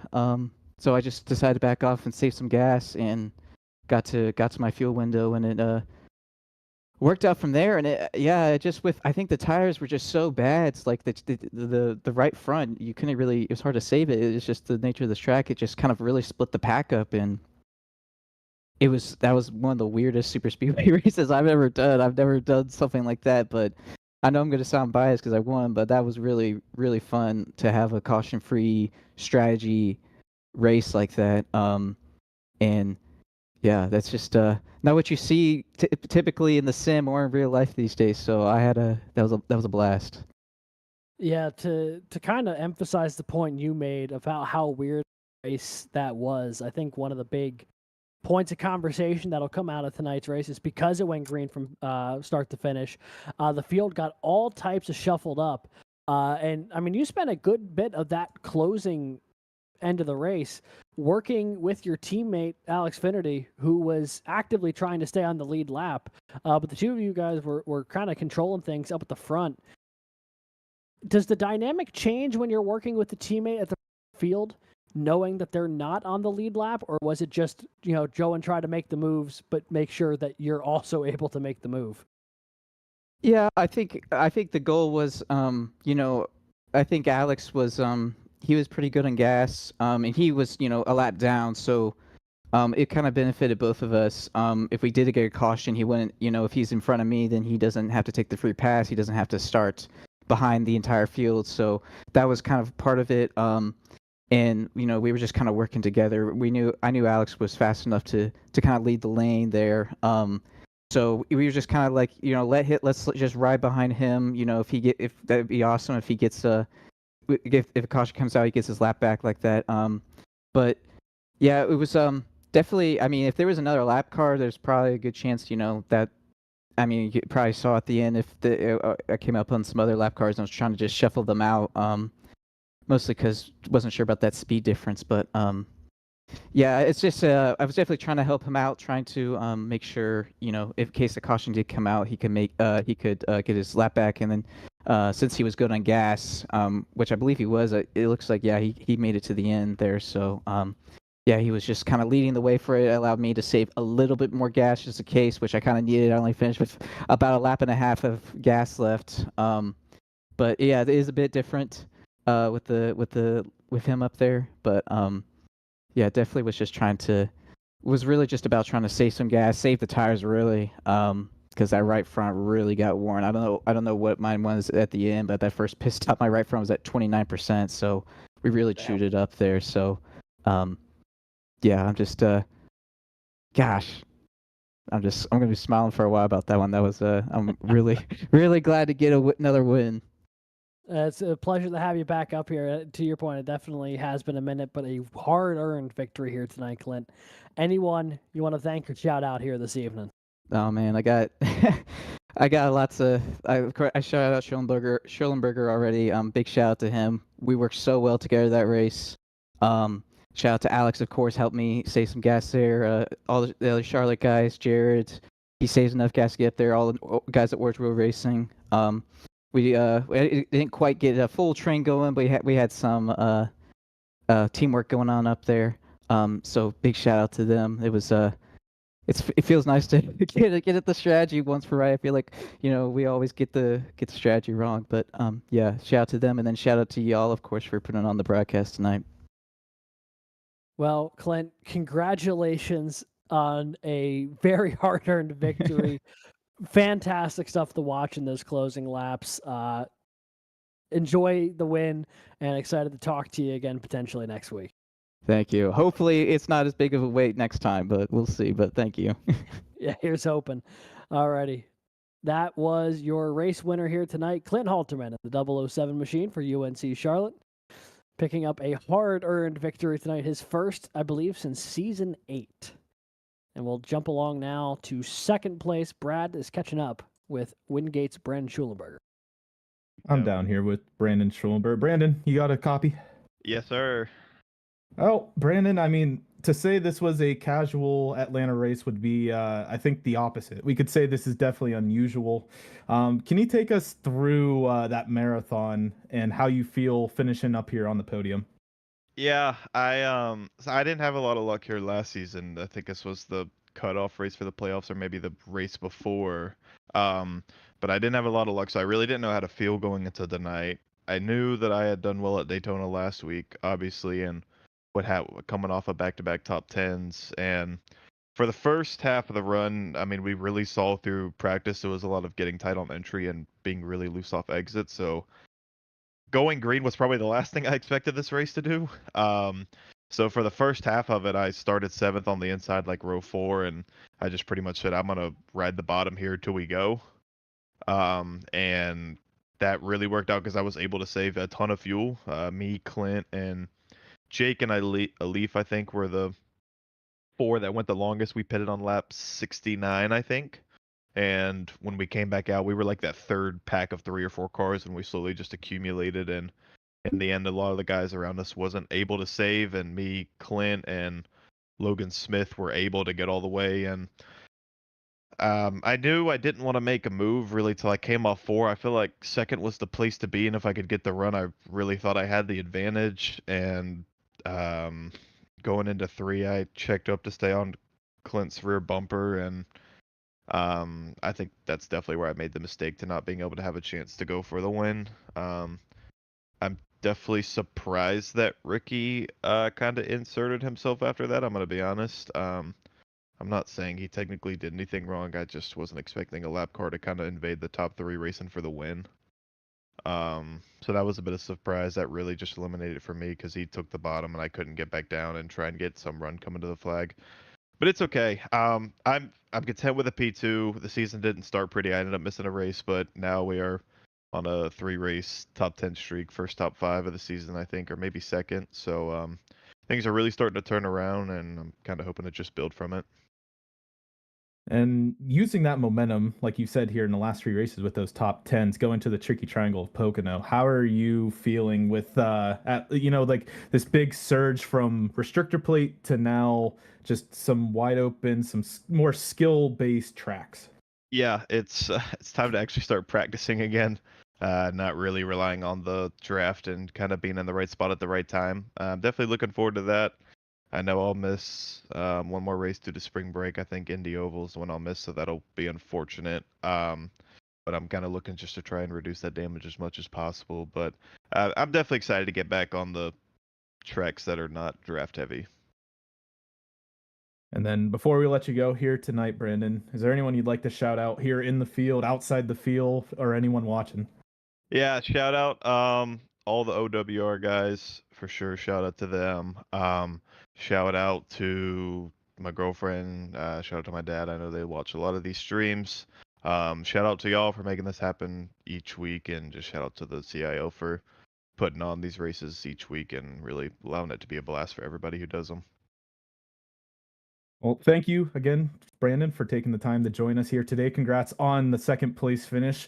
And here's to hoping for a 4th straight top 10 and maybe another podium position here in Pocono next week. Yes, sir. Absolutely. Thank you. All right. Have a great night, Brandon. You too, sir.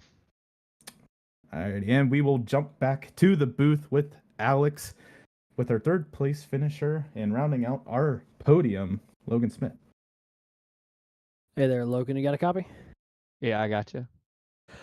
Tell you what, when it comes to these drafting tracks, the Auburn guys really have it dialed in lately. Podium last week at Daytona, following up with a podium here tonight at Atlanta. Just a quarter of a second off from the win. Talk to us a little bit about your night. With no real cautions to kind of break up the action, how well did you kind of settle into the long run tonight, and how kind of were you approaching the closing laps of this one?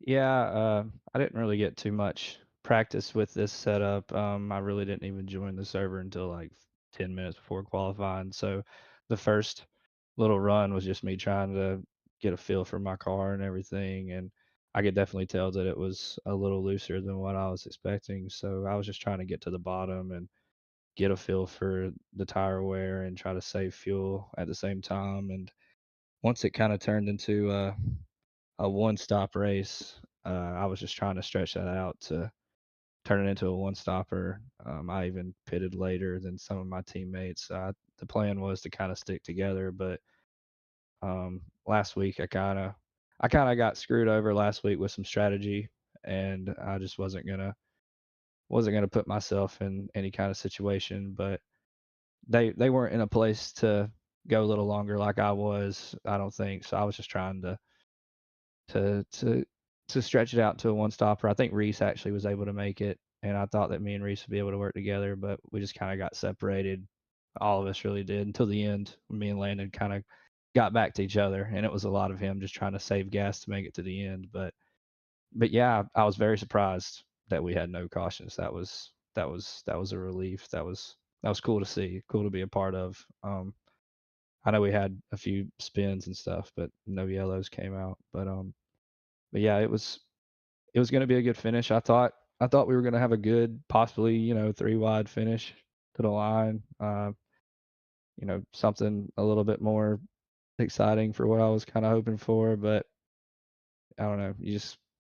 I understand that some people were trying to get their lap back, but once the race is over, I don't know what you're racing for on the last lap. In my opinion, I know he wasn't trying to block me. He has no relation with those other two guys, but I don't know if it's just entitlement or stupidity or what, just parking right in front of me and in a three-car battle for the lead. I think it's uncalled for, but I don't know if I could have won. I definitely could have got second. As you saw, I drove through him at the line because I really don't care who's in my way. If you're a lap down coming to the start finish line, I have no remorse for you. I'm just gonna drive and not lift. Um, but yeah, I would never have done that to Clint or Brandon. I have nothing but respect for those guys. I really wanted to have a fun race at the line with them, but if you're a lap down messing up a three-car battle for a win, I'm not gonna lift. You're just gonna go around if you're in my way. And I hate that it caused me from not getting a win or not getting the second place, but I'll take a top three. It's good to get out of here with a podium. These are the kind of races that we were good at. This is where we do our best as a team. And it was nice to have a few guys out here working together, and it was nice to get a podium for the Auburn iRacing team.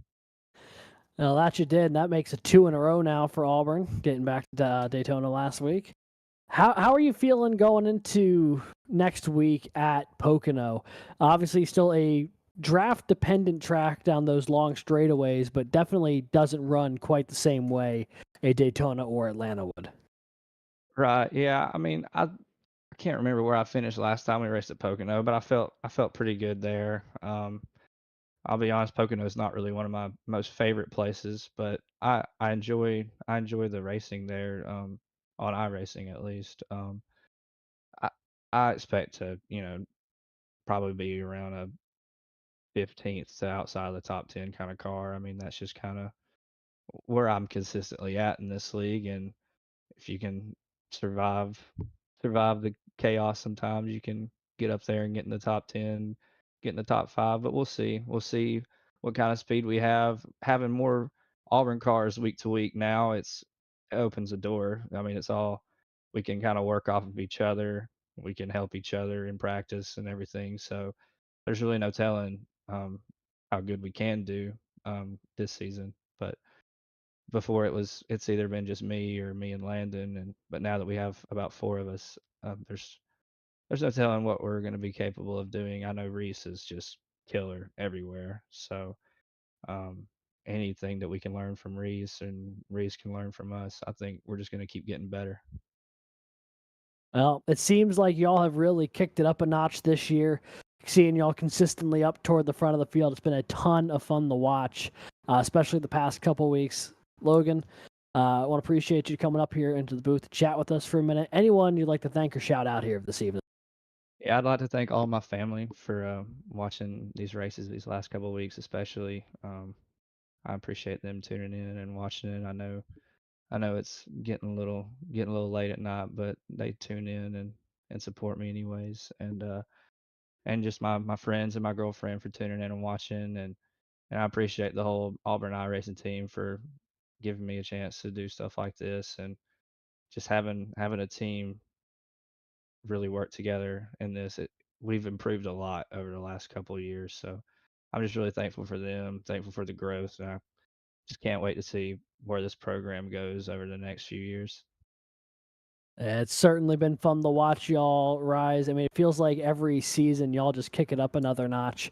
And this year, y'all have really been up at the front of the field in the mix each and every week. Right. And hoping for more of that going into next week at Pocono. Logan, thanks for dropping by and potentially talk to you again next week. Thanks for having me. And that was third place finisher Logan Smith in the number 34 machine for Auburn University. And with that, brings us to tonight's final results here from Atlanta. The end of this one, the Nighthawk flies over Hotlanta 200, presented by UNG Esports. Clint Halterman picks up the win by 0.2 of a second over Brandon Schulenberger. Logan Smith third for Auburn with teammate Landon Bellicky in fourth. Jake Cummings in fifth tonight for Converse. R. Muhammad Ali for Ball State in sixth. Jared Kaler seventh tonight for UNC Charlotte. Alex Hallinar eighth. Reese Bayham ninth for Auburn. 3 Auburn Tigers in the top 10. Lucas Moody rounding out the top 10 with that 10th place finish. Ending up in 11th is Jason Wall from Drexel University in the last car on the lead lap. Zachary DeWale falls to 12th from St. Clair. And then Drew Williams finishes in 13th from Clemson University. Alex Finnerty from UNC Charlotte ends up 14th. Matthew Nordberg from North Carolina State ends up 15th.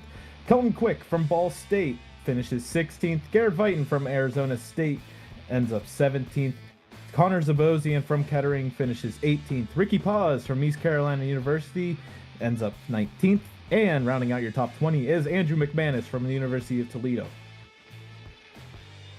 21st tonight, Andrew Burrow from Clemson, Roger Primo in 22nd, Caleb Winslow 23rd.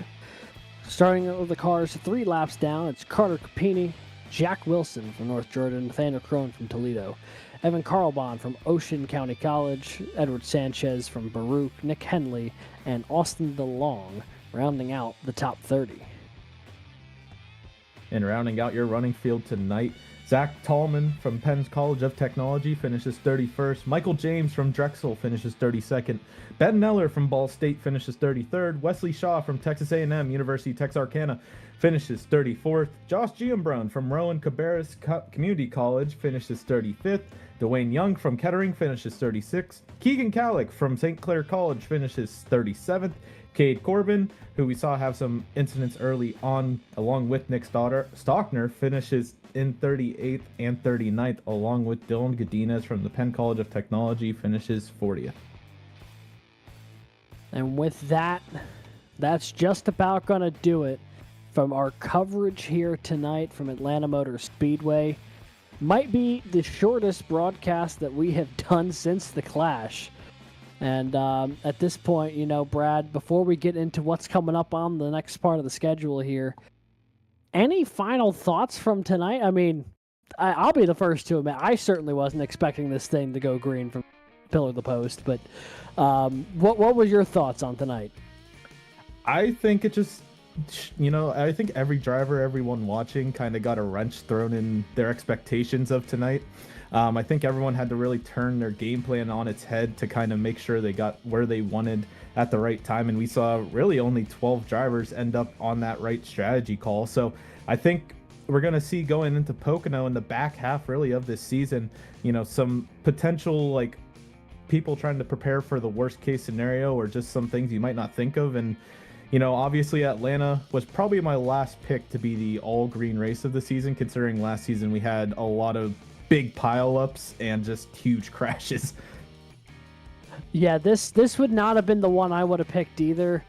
Honestly, if I was to pick one, I almost would say the one we're going to next week might be the one I would have picked to go green the whole way. So coming up next week, it is race 7 of the Shop College Cup Series season, live from Pocono Raceway. It'll be March 3rd at 8:30 p.m. Eastern. You're not going to want to miss it. That's going to be a fun one, that is for sure. Pocono, not a track we get to run at a ton, so it'll be interesting to see how the drivers handle the unique challenge that is the Tricky Triangle. But if you don't want to wait a full week for the next CIL action, this Wednesday we are going to Suzuka for race 6 of the College Series. That is Wednesday, February 26th, starting at 4:45 p.m. Eastern, right here on the Collegiate iRacing League YouTube channel. And I believe we might have one more as well, or no? Nope, okay. Just that one coming up this week, so be sure to tune in this week to that race for Formula College at Suzuka. The next week, right here, the Garage Shop College Cup Series taking on Pocono.